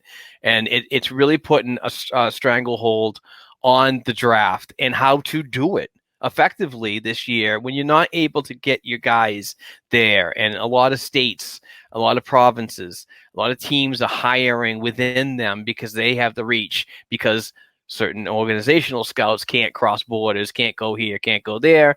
So it's a real shit show when it comes down to the whole draft and how that's going to happen. So right now, to me, I'm not sure if that first round pick would be as good as it's stated to be on an unfamiliar year compared to a regular year when you have eyes in the stands and constantly around players and watching them getting character and so on. Scouting should not be done from video, in my opinion. Video breakdown, yes. Watching games, you got to be in the house. You got to see what's going on away from the camera. What's that player doing on the bench? What's this guy doing to his coaches? How is he treating his equipment staff? You know, you want to see stuff like that when you're scouting. And I don't know. I think that this year I would be more apt to give away a first round pick in a trade like that. I'm not thrilled about the Beecher thing, though. I like Johnny. I like his size. I love his attitude, work ethic, the way he's working with Mel Pearson. We're hearing he could be signed to an entry-level deal soon. Who knows? The source is very spotty, very spotty. I'm not even going to mention that source because he's not a good friend of mine. But anyway. Okay. Yeah. Can we unwrap this a little bit? One, yes, Ekholm would be a great acquisition, right? Is what I say, Ekholm? Is that what I said? Yep, I'm like, who am I? I'm like, now I'm like, oh, no, I'm thinking, oh shit, am I thinking of the guy in Arizona that we went through? That's Ekblom or something. I don't remember. They all have the same last name. I don't want to give up the first round pick. Even if it's not the same kind of first round you'd normally have, let's face it, the players that are probably going in the top 30 picks, we already know who those are a draft before. So like when we drafted this year, they already knew the kids that's are probably coming out short of injury or something major, right? You might jossie a little bit. It's still going to be better on risk than having to always be stuck with 5, 6, you know what I mean? 2 6-round picks and whatever. It's got to be better than that for at least one pick. John Beach is a hard sell on me right now to want to give up this early. But at the same time, we need help on defense. The forwards are still refusing to help out on that thing on most games, right? Luckily, the D has not. I mean, we've had a lot of injuries, so that sucked. But like, the young kids have played better than we thought. You know what I mean? Like they seem to be holding up pretty good on that end. But as a team, we suck defensively. So it'd be nice to have maybe a veteran on the back end help on that end, but also just sometimes just getting a different charge. The draft seems to be going on. I know they were going to maybe consider moving it and drafting both, but according to Bettman and Daly, when they gave we'll get to it, the ESPN thing, one of the things they all said is like, it doesn't seem like we're pretty sure we're just leaving the draft as scheduled on the schedule, which I mean, here, there, and everywhere, whatever. So maybe the people aren't exactly drafted, but let's be honest. In the long run, your draft, where you get drafted is not really a big deal. And nowadays, a lot of people get signed without being drafted. If they're airing what's going on in the building for my kid's Mite game in Valley League hockey on Live Barn, surely there's got to be a way to get I agree with you. You can't really get as much good feedback watching them with the staff and those kind of off-ice things. But you certainly can get enough footage probably of people in their recording that you could get like real game, like just like you might get if you're watching the playback for a little bit of that. But it's just a hard year. You have to get through it. What's the option? We have a fucking backup next year where there's 800,052 freaking players from around the world trying to vie for 300 spots or whatever. I get it. I totally get it. It's just, it's so tough to do it because you don't. in my opinion, you're not going to know what you're actually going to get. It's just a very weird year, weird time. So I feel that way in general with draft picks, though. Like, I think it's fun to see who's the future, and looking to see who are going to, what we think will be the superstar at that moment when they're at the podium, right? These are who the future superstars are. These are your middling guys that are going to have a good 10-year long career, maybe a team or two, but like the backbone kind of player that isn't your flashy superstar, but the dude you want on your end all the time, on your side all the time.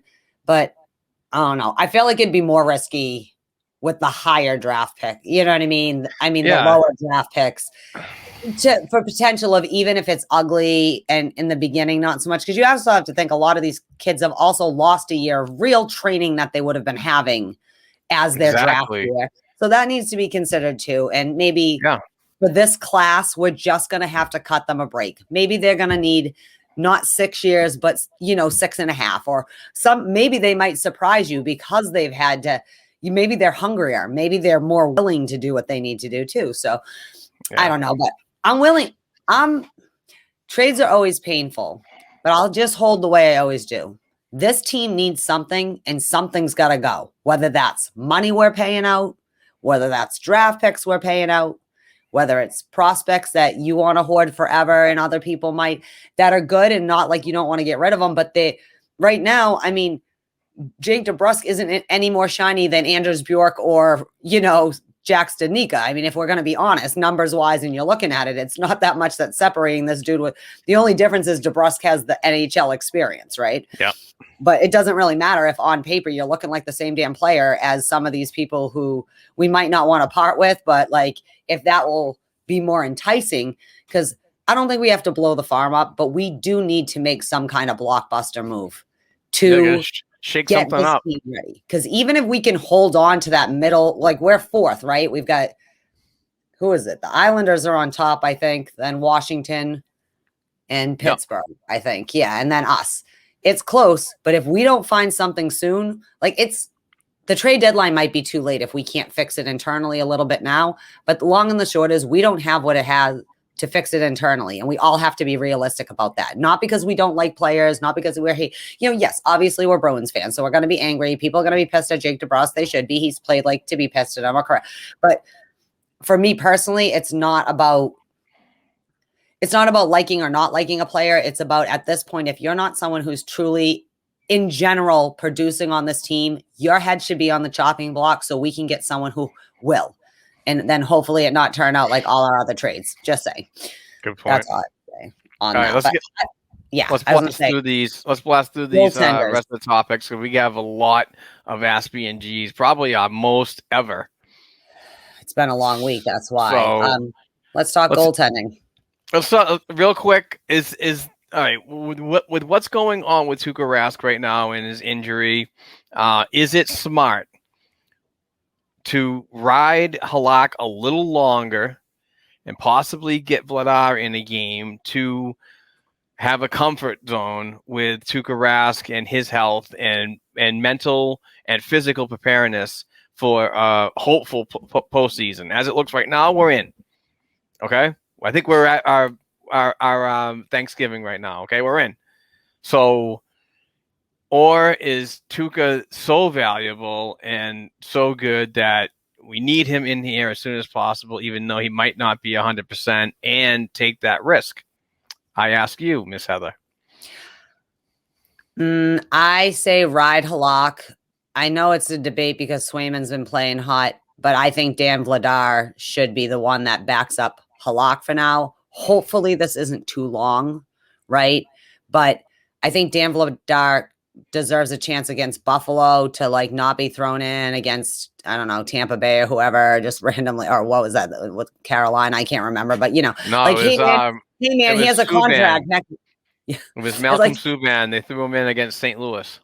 No, I meant last year in the plaplayoffs. Remember Dan Vladar? Hey, here's a new contract, buddy. 2 days later, what the fuck? You got your ass handed to you by this team? Of course he did. Yeah. He wasn't prepared to play. Halak was not on his game that day. Oh, that was a mess. I think everyone was rattled. It was like everyone was all disjointed. There's no excuses. I'm just saying, like Dan Vladar, I think just developmentally, he's been around a little longer, so he should probably get the call up over Swayman for now. Also, that doesn't leave Providence with like they've got at least one of their main goaltenders. Even if you bring up Kaiser, like you said, good, let him have a little AHL experience this year.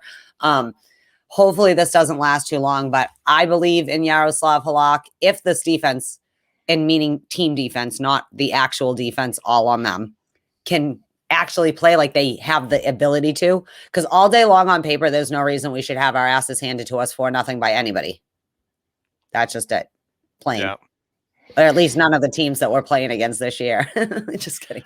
I was kind of worried about his injury and what's ailing him. And I just want him to do it right.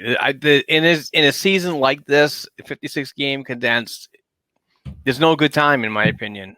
I know last week I said it's better to get injured or in the beginning of the year and not towards the end when you're trying to jockey for a playoff spot, but when every point is necessary and you're 8 points down from the leading New York Islanders, and you could have gotten those 8 points with 4 overtimes. You could have gotten yourself a little closer, but you blew that. So I don't know. I want them to be smart about this. Because if they do make the playoffs, they're going to need Tuukka involved. They're going to need a healthy Halak by his side. So it's just something I wanted to think about because just the way that the management is. Like, you do have 2 coming up against Pittsburgh. We're going to talk about that in a little bit.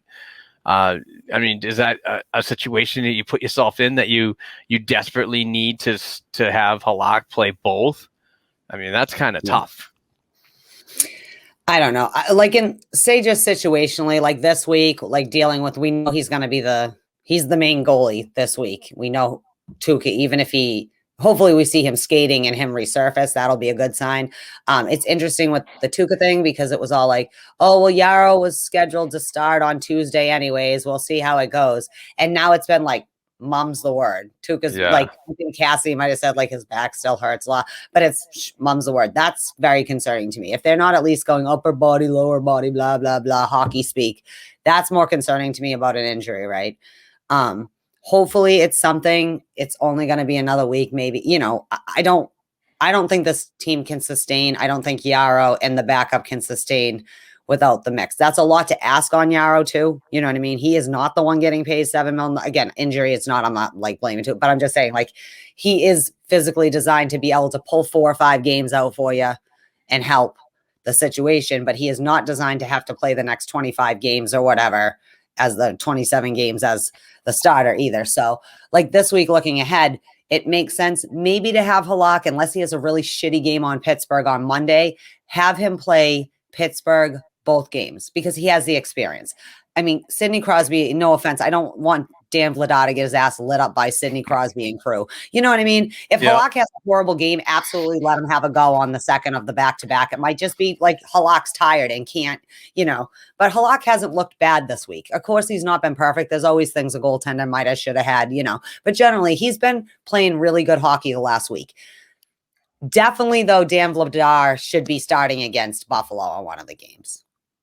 Eichel's not even there. Taylor Hall can't see the puck in the net anyways. If any game, the defense should be able to carry their young goaltender and let him get a little experience of having some, decent players but on him, but not like a team like, hey, I don't want to throw him in Courage Under Fire against the Islanders the next time we play them. Although maybe we should play him against the Islanders because no one else can seem to beat the Islanders. So that's just my thought on that. Like, probably not for Pittsburgh unless Yarrow looks tired or something. God forbid he gets hurt, because that's the other thing. We don't want to wear out Yarrow so he gets hurt too. And now we got both of our goaltenders benched. And now Swayman and Vladar have no recourse then to go on a great 2-month run of absolutely beautiful hockey for us to get out of the first 2 rounds and stay in the round. All right, well, real quick, let's just fly through this. So this week we have 4 games, playing 2 in Pittsburgh, back-to-back, 15th and 16th, Monday and Tuesday at 7 p.m. at Pittsburgh. We are not playing like the Bruins mostly consistently, and they are looking a lot more like the Pittsburgh Penguins that are a pain in your ass. So, do we have to describe the Pittsburgh Penguins? Everybody knows. Let's just go. Also, I really do love Evgeny Malkin. It makes me happy to see him just Not if he's scoring or anything like that or setting up the scoring. So Pittsburgh right now they've played 27 games. They have 35 points. They're ahead of us currently. They're 17-9-1. They've 7-3-0 and on a 5-game in their last 10 and on a 5-game win streak. We beat them twice early in the season. They were one of our, earlier opponents. But again, we look like different teams now than we did in January. And we play the Sabres on Thursday and Saturday, 7:00 and 1 p.m. where we have like 5 matinee games or some crap coming out. Like we're starting this last weekend here. They play 26 games. The Sabres fucking suck. They're 6-16-4. They're 0-8 I'm sorry, it is. They're just on an all season lose streak right now. But they're 0-8 in their last 10. If we can't be the Buffalo Sabres, I don't want us in the playoffs because I don't want to see what will happen if we get the Islanders in the first round, or I can't live through that kind of thing. So that being said, the Bruins currently, we're not exactly in our best place. We're 4th place. We played 25 games. We're 32. We have 32 points. We haven't won 2 in a row since February. That's not good. About a month ago is the last time we went back-to-back. And although I do have to say we're pretty good home and away, and we've been just 500, 4-4-2 in the last 10. So I don't know. We may or may not beat the Penguins. I think we can beat the Penguins if they get their heads out of their asses. They look more like Thursday's game than the 2 Sunday or Saturday or any of the games. But that's that. The Sabres, if we don't take 4 fucking points from the Sabres, this team, everyone's getting fired at a presser on the next Wednesday. Oh shit. The coach, the press conference. Mike Babcock is the next Oh my God. That fucking dude's been everywhere this week. Cameron Straight. I'm like, who the fucking Mike Babcock? Oh, Jesus. NBC decided we're just going to dissolve our sports league if we have to pull in Mike Babcock for interesting analysis. All right. Anyways, that's the upcoming. Go Bees. Please, God, give us 8 points. But if not, if we could at least get the 4 solidly against Buffalo to make me feel a little better, to let me know that we are not Buffalo would make me feel better. I don't want to feel, I feel like we're like a wolf in sheep's skin right now. Like we look like the big bad Bruins by name and sight. But when I see you, just not playing like it. Not Barry, not more like Pooh Bear, less like Meth Bear. We've been playing. I'm just moving on to the next topic. Don Sweeney had a press conference earlier, and he was asked several questions, but I clipped one about the additions, per subtractions, possibly, with the trade deadline looming and how they would address. So let's hear what Don had to say, and we'll talk about it shortly after. To improving your team, I think it's unique as you described. I think everybody's going to evaluate where their team is at for the next really 2 weeks.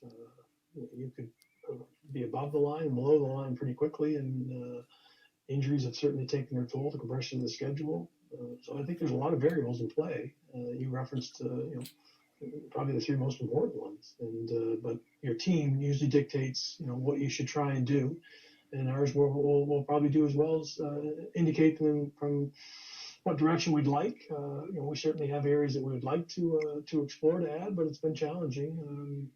I think things will loosen up because there'll be some teams that will identify themselves as not necessarily in the position they want to be, and some player movement will happen. But moving across the border is a difficult thing with quarantine, and I think the healthier group is sometimes dictating how many player transactions will be there. Money is tight. You have 18 teams in LTI, and so it's really navigating the unknown right now, but plenty of talks and conversations going on. So we'll see where it goes. So, what did you gather from that? Because to me, he covers a lot of excuses. Like it almost sounded like to me that he just wanted to throw those in there to say that we're not going to be making any moves like this and that because of this certain situation. I still hold that he won't eat humble pie maybe on that.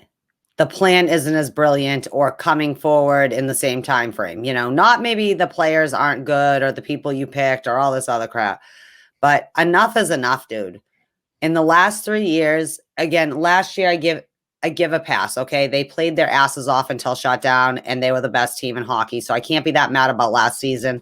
And the bubble was just a certain circuit that I can let go. That I can use as an excuse. Your goaltender had to pull out. The bubble was fucking weird. You hadn't played hockey in 5 months. Now we're 3 months into hockey. Now, because you didn't go out last year to get some people to be the depth in case these kind of things happened, even with allowing some of the young kids to make their spot in the lineup, you still could have gone and done more, which is fine. And you know what? In a dream world, Andre Kasha would be healthy and scoring. He would have 15 goals on the board. And in a dream world, Tuukka wouldn't be hurt and we don't really know what's going on with him. And in a dream world, Kevin Miller would play 56 games without an injury and put up 10 points. We can't live in a perfect world. We can't live anymore as a fan base, as a team. Everyone's job is starting to be on the line. Sweeney sounds like, I don't know what the fuck to do right now, because he's right on one hand. You don't want to make a panic move, right? You don't want to just sell the house, right? Because you don't know what's going to happen. Like that, whatever. Like Jake Debrusk might come back on the next day and look wonderful. Like maybe he had a false positive like Charlie Coyle, and he comes back and he's looking more like Jake Debrusk after that benching like we want to see. So it's a little harder for him to be willing to necessarily give up him.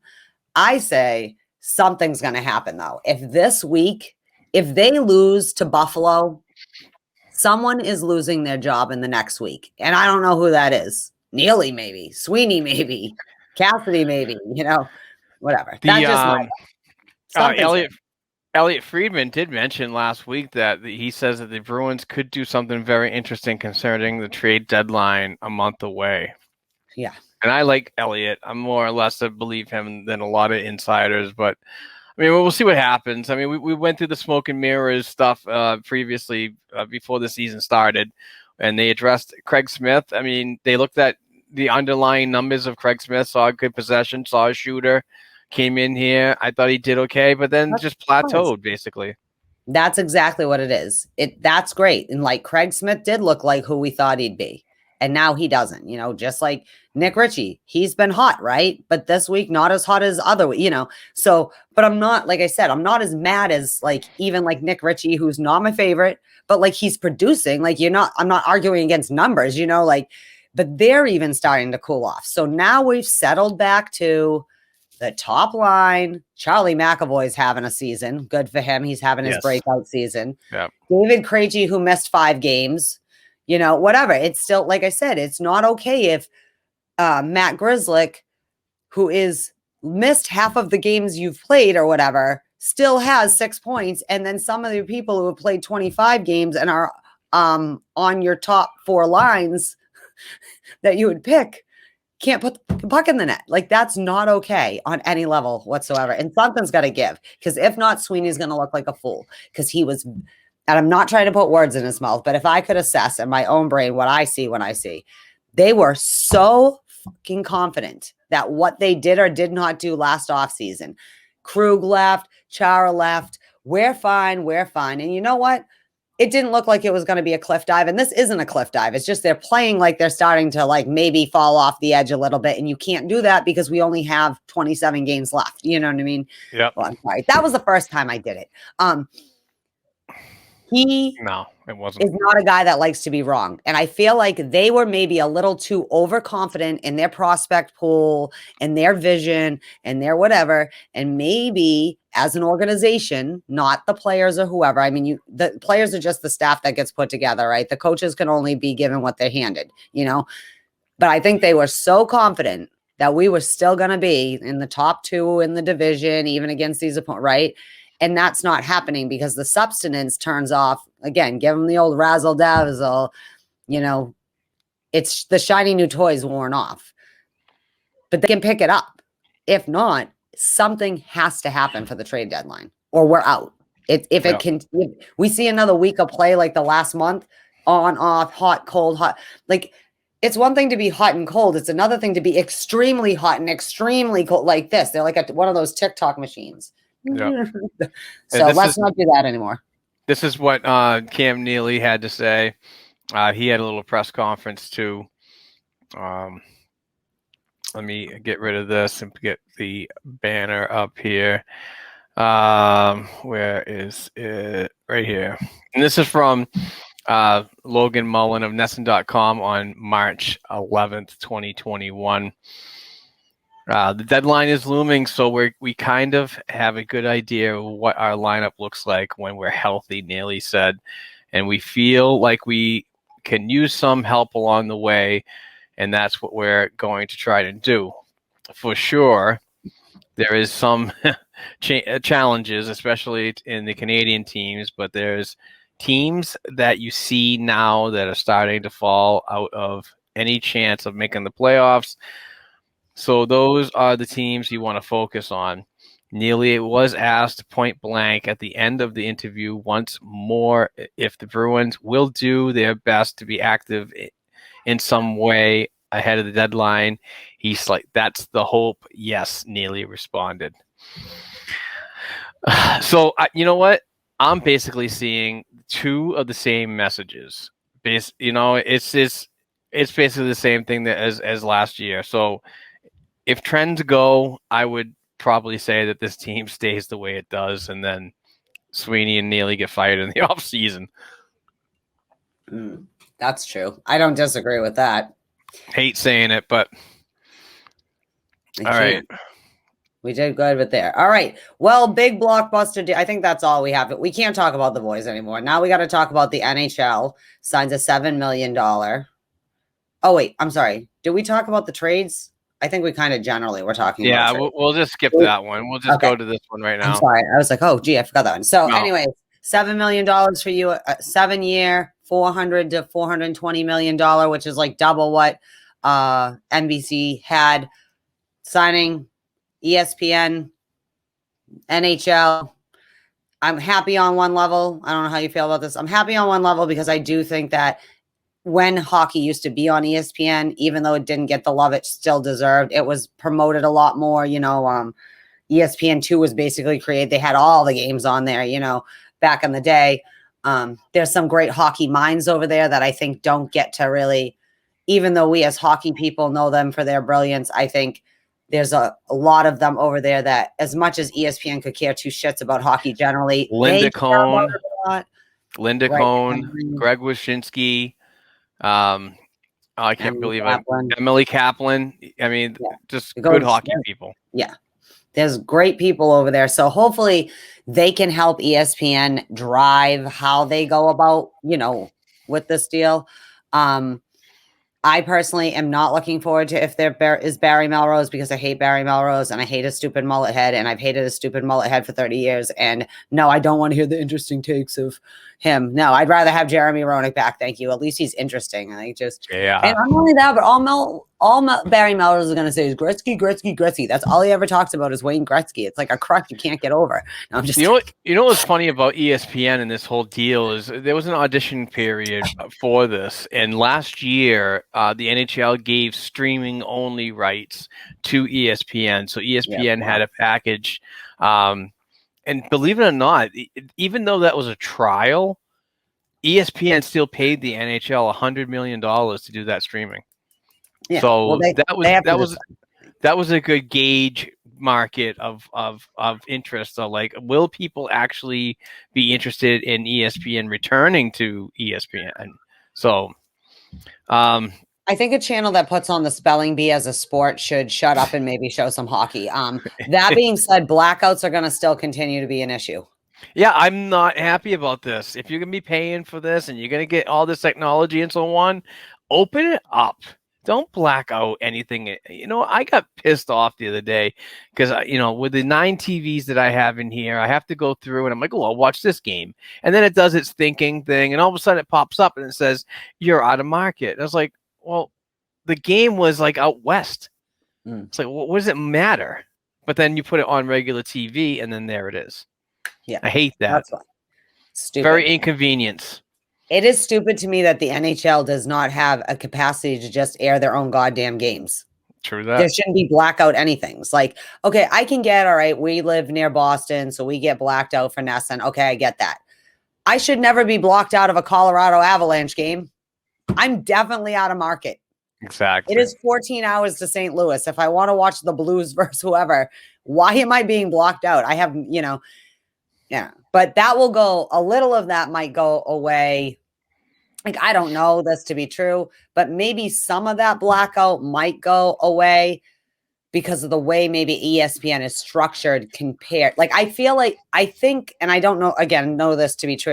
I don't have the document in front of me of the deal between the two, but I think that some of the blackouts might diminish a little bit, only because I think ESPN structure allows for, what will you call it? Like subletting some of the games. Yeah. Do you know what I mean? In putting you in market as opposed to keeping you from market. Yep.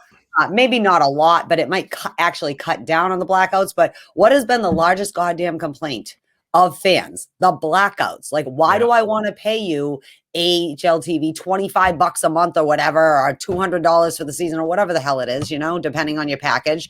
Why do I want to pay you if I have, like, I'm a Bruins fan. Why do I want to pay you if I continue? Because Nesson's too dumb to just figure out their own streaming app that I can pay for, right? Like, again, we live in 2021. Nesson, get a damn streaming app. I just don't understand a real streaming app. Their app sucks. Even they redid it and it sucks worse. Like, I don't understand.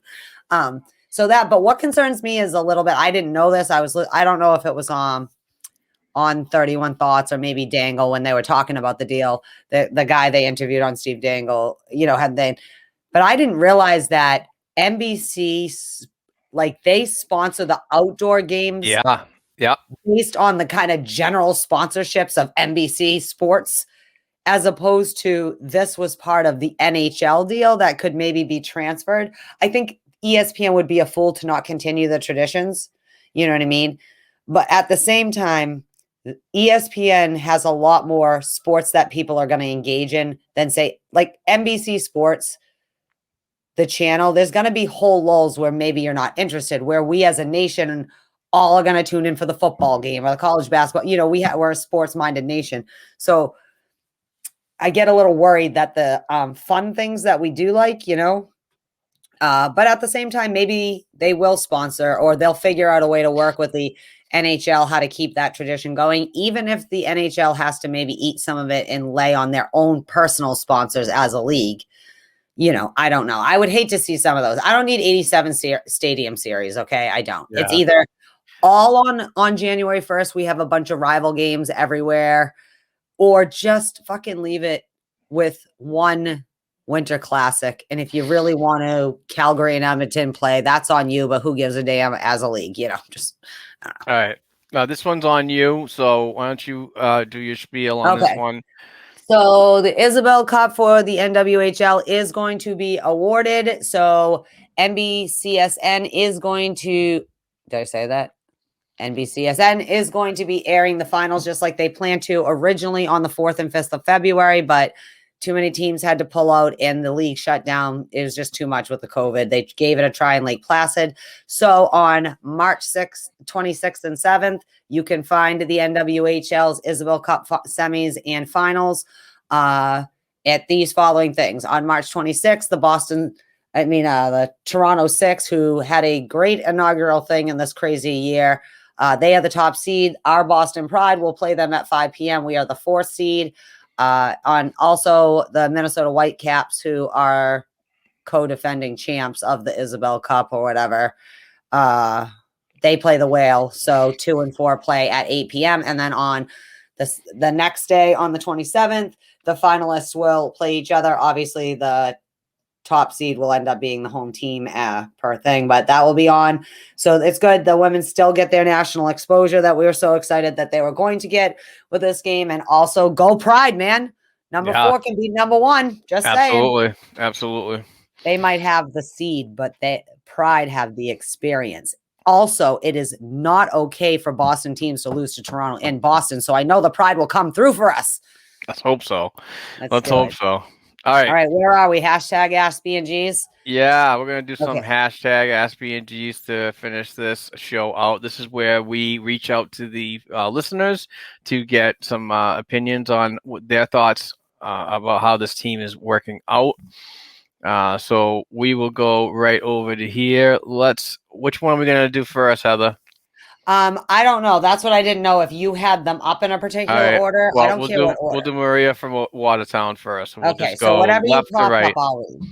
All right, you pop it up and I will read it. Okay, so Maria says, is it time for Don Sweeney to make a roster move, even if it's just to send a message to the rest of the roster? And why did no one have Fredericks back after Lemieux cheap hit him in front of that open bench door? We have talked about this a little, but let's give it one more go on that. Mark, thoughts on that?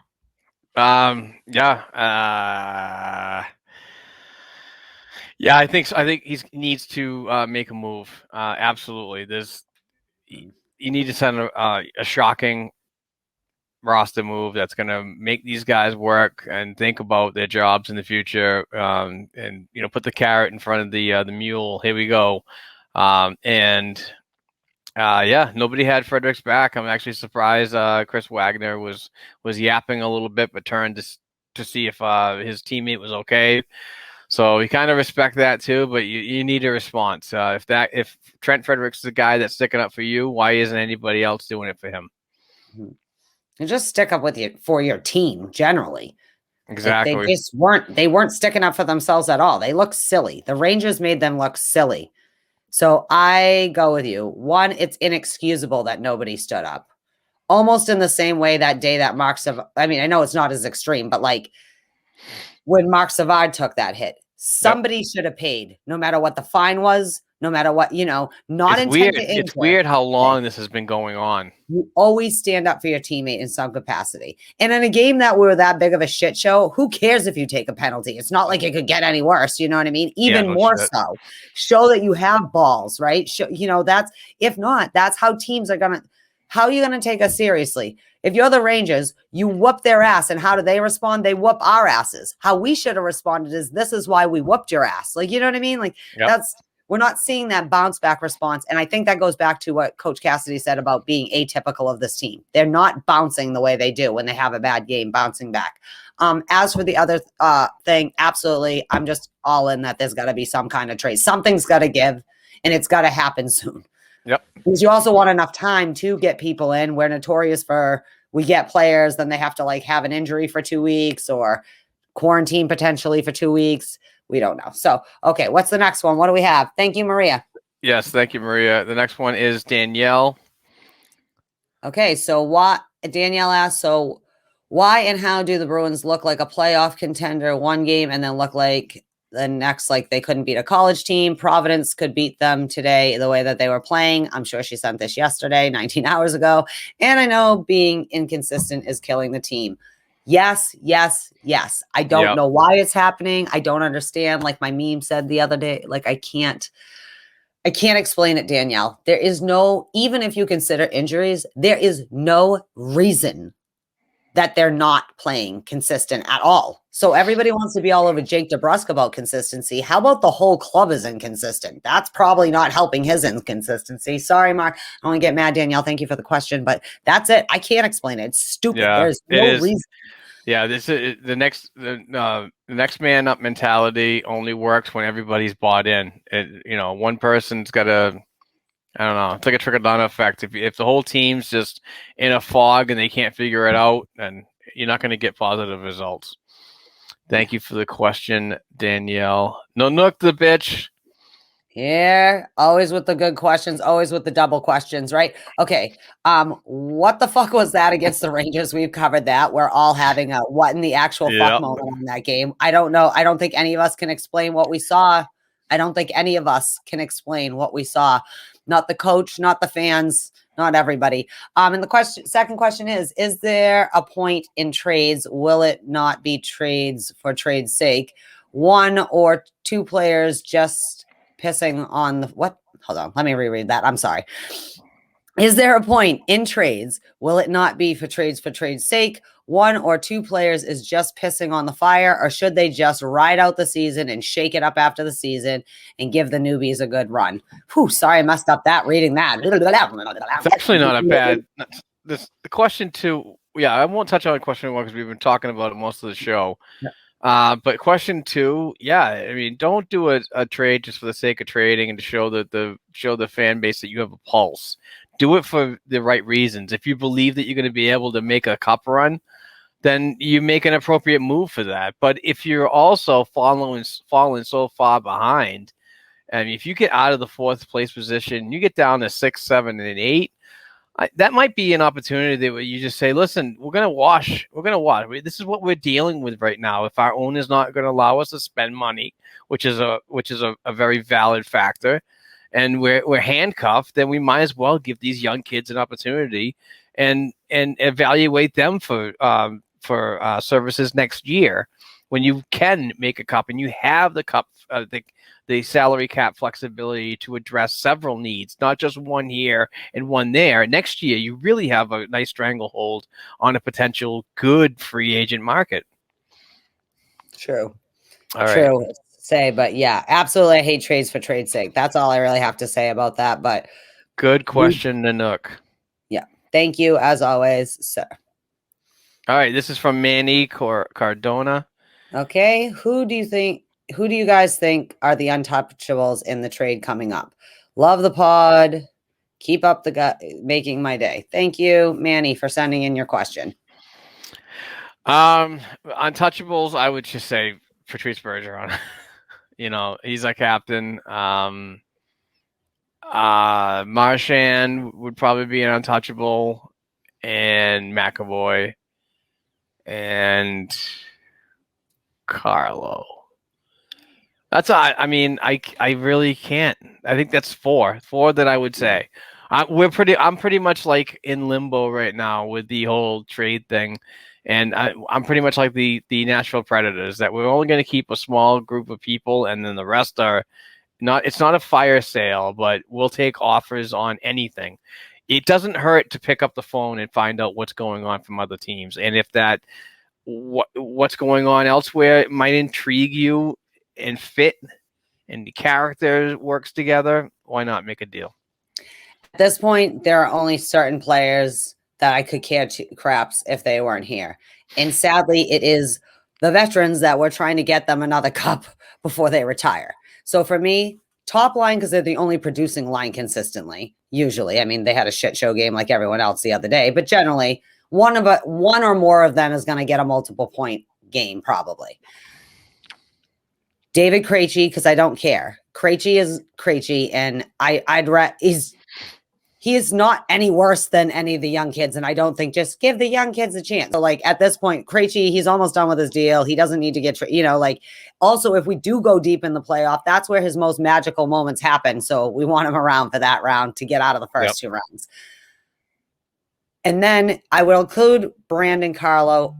He's injured. It's hard to say right now, but on the back end, Carlo, but absolutely Grizz and McAvoy I could kill the rest of them if we have to go. And I can't be mad at the goaltending. They've had their moments this year, but overall the goaltending has kept us from at least being fourth.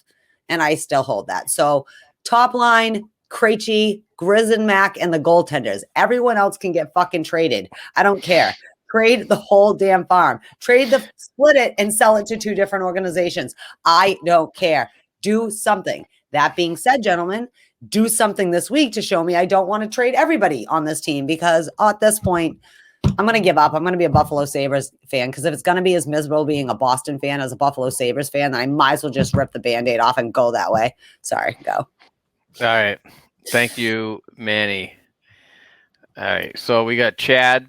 Oh, Chad. Hello. Are you worried about Rath's health? Yes, we are. We've already established that. Is Halak and a Vladar/Swayman tandem okay if he's out long term? We kind of talked about that already with the NHL going on ESPN. Would Jack head there? I love his calls on Nesson. Have Krejci and Debrusk straighten out their games, and how good is Richie? So let's start at the top. Yes, we're worried about Rath's health at this point. Yes, a little. Yeah, at least. Yeah, I am. All right. Halak, we kind of talked about this, that should be all right for a little bit, but probably not forever long term. Like if we don't have Tuukka back for a month, that's not going to probably sit well with the goaltending. Do you agree with that, goaltender man? I'm really deferring to you on that. I'm a little different. I'm totally on board with the Halak and Vladar tandem for now while Tuukka mends his injuries. Swayman shouldn't be in the NHL right now. He should be getting time down in Providence. So we'll go from there. It is a hard pass on Jack Edwards for me. I tolerate Jack Edwards because I have to, because I'm from this area. I'm sorry, Chad, I'm going to have to decline. I do not love Jack Edwards. He is a caricature. And although I'm willing to accept him as a homer, being a homer on home, I think it's a super bad luck on the ESPN. So yeah. I don't know if he'll have the same passion for the other teams to kind of be general. You know what I mean? So what do you think about that? Yeah, I'm not much of a big Jack Edwards guy anyway, but I tolerate him, like you said. So I don't care if he comes or goes. My next thing on the Krejci Debrusk thing is I think Krejci is going to be all right again. I think Krejci seems like he's having a worse year than he actually is just because he hasn't been putting up goals, but he does still have a good amount of points, even with time off, is still one of your top point getters. Debrusk, again, it's hard to tell because he got put on COVID protocol. Yeah. So there. Richie, like I said, not so hot this week. Sorry, not so good, but also not the only one not so good. So can't really, as much as you know, I just have nothing better to do than hate Nick Richie. No, I'm just kidding. No, but he's not the only one who's cold, so you can't really. I would say, how good isn't he this week? Because that's the general consensus for most of the team. So. Thank you for the question, Chad. Appreciate it. Clovis always comes in hot and heavy. Okay. Hey, Heather and Mark. So Sweeney does a big speech on depth scoring and changes coming. Do you think it's just lip service like last summer, or will he go out and do it because he's on the hot seat? I think it's half and half.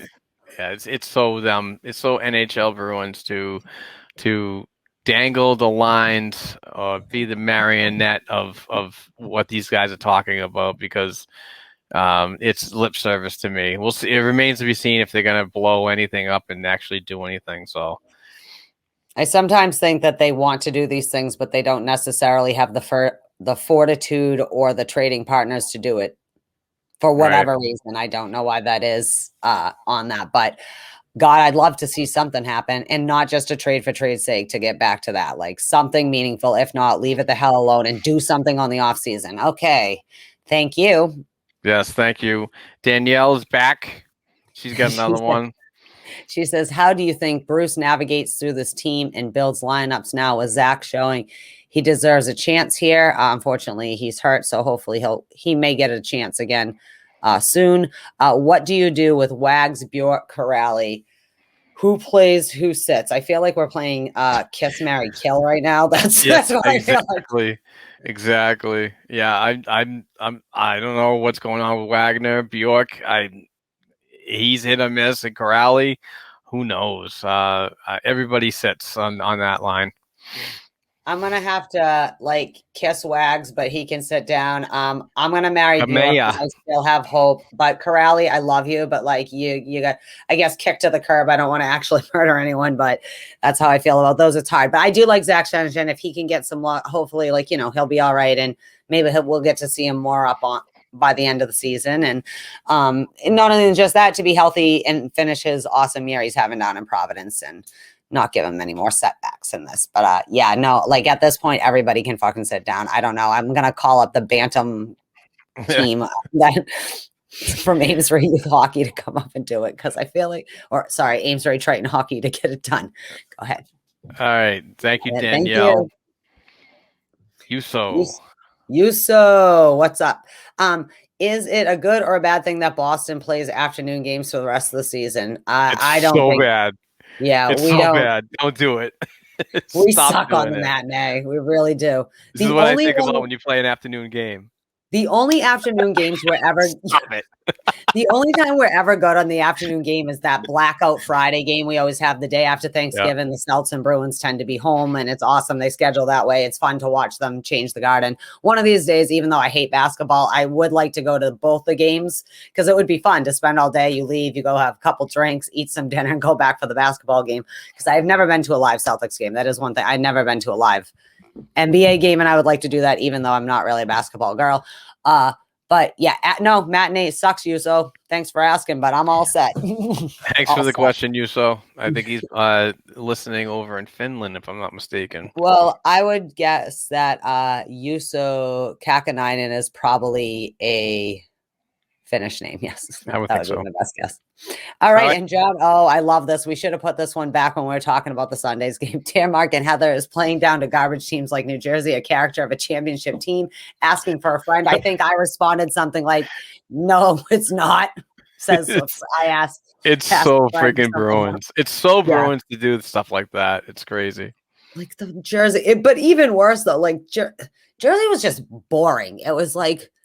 Too many margaritas on Saturday night, boys. What's going on? Wives giving you a hard time. Wags giving you a hard time. Children keeping you up. You got your kids teething. What is going on? I can't. Yes, no, it is never acceptable. It's not even, it's not acceptable to play down to any team. We all know this. They know it. Like I said, I don't know. Maybe we need to get Zdeno Chara to come in the room and be like,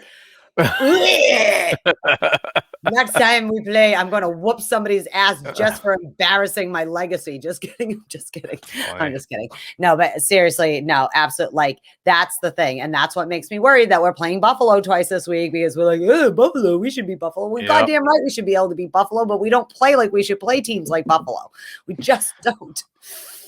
All right. So this week in Bruins history is another one from Mike Comito. On this day in 1933, the Blackhawks forfeited a game against the Bruins after their coach, Tommy Gorman, was ejected. Hashtag Hockey 365. That's from Mike Comito. He does a great job. And he writes, I think he's written a couple good books. Hockey 365 is one of them. So that is it, folks. One more thing. Happy birthday, Antoine Bleed. I know generally people forget about Antoine Bleed, but I happened to see that on Twitter, so I didn't want you to not get your shout out for your birthday. So at least get his name right. What? Anton Bleed? Anton. That's what I said. Anton Bleed. I thought you said Antoine. No, not Antoine. If I did, I didn't mean to. I know it's Anton. All right. Listen again. Yeah. It's funny. Okay. All right. Well, that being said, blackandgoldhockey.com, follow everyone, listen to all the podcasts, blah, blah, blah, blah, blah. You know it. I say it every week, people. You know it. You hear it in your sleep. Yes. Check it out. Patreon. Yes, we do have a Patreon campaign going on where we give away a Bruins related item every week, 4 times a month, sometimes 6. We're not sure about that. But we also give away a jersey once a month that we buy. So, this week we did a drawing, and I want to say congratulations to the Bruins related item to Eric Blackie. That is nice. Chris Blackie's cousin. Hello, and he's a great guy. He's obviously a great guy. He spells his name with a C.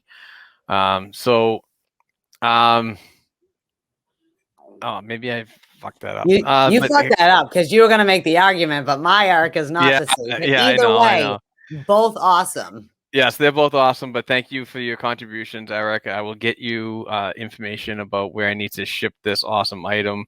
I'm sure you're going to be very pleasantly surprised, but I know somebody who's going to be very surprised about this is the jersey. The March giveaway of a Terry O'Reilly hand-signed jersey. Oh, look at this. It's beautiful. Awesome. I love it. Oh, it's unbelievable. And that jersey is going to my friend Hollis Jackson. Hollis is a faithful listener and a friend of mine for many years. He lives down in Alabama. Used to be a New England guy, but moved down south. And now he's got an awesome Terry O'Reilly jersey. Thank you very much, Hollis, for your contributions to our Black and Gold Production Sports Media Company. And in turn, we want to thank you and give back. So hopefully you enjoy the jersey. Hopefully, Eric, you enjoy the Bruins-related item that I have sent to you. Please go to patreon.com/Black and Gold Hockey Podcast. The details below. Get involved. We're going to be doing this every month. Next month is a Charlie Coyle hand-signed jersey. So we have jerseys for the complete 2021. So get involved and really help us out. So with that being said, I do want to say thank you very much, Heather. This was a fun program, even though we had a tough week. But I want to say thank you to all the listeners for the retweets, the shares, the love, financial contributions. You guys are all good. I also want to thank Blue Chew. They've come on. They've been a great sponsor. Yeah. We also want to thank betonline.ag. Those guys have been with us forever. We certainly appreciate them. Mad love to betonline.ag. So with that being said, this has been a really long episode. This is probably our longest ever. So hopefully we get this all condensed into one. But my name is Mark Allred, the host of the Black and Gold Hockey Podcast. She is Heather Ingerson. She is my awesome co-host. We want to wish you a very healthy and safe week. Let's go Bees. Yeah. Pittsburgh and then Buffalo. Run them down. Let's get 4 wins. Get back up into the standings and make this happen. So with that being said, go Bees. Be safe. Peace out. Bye.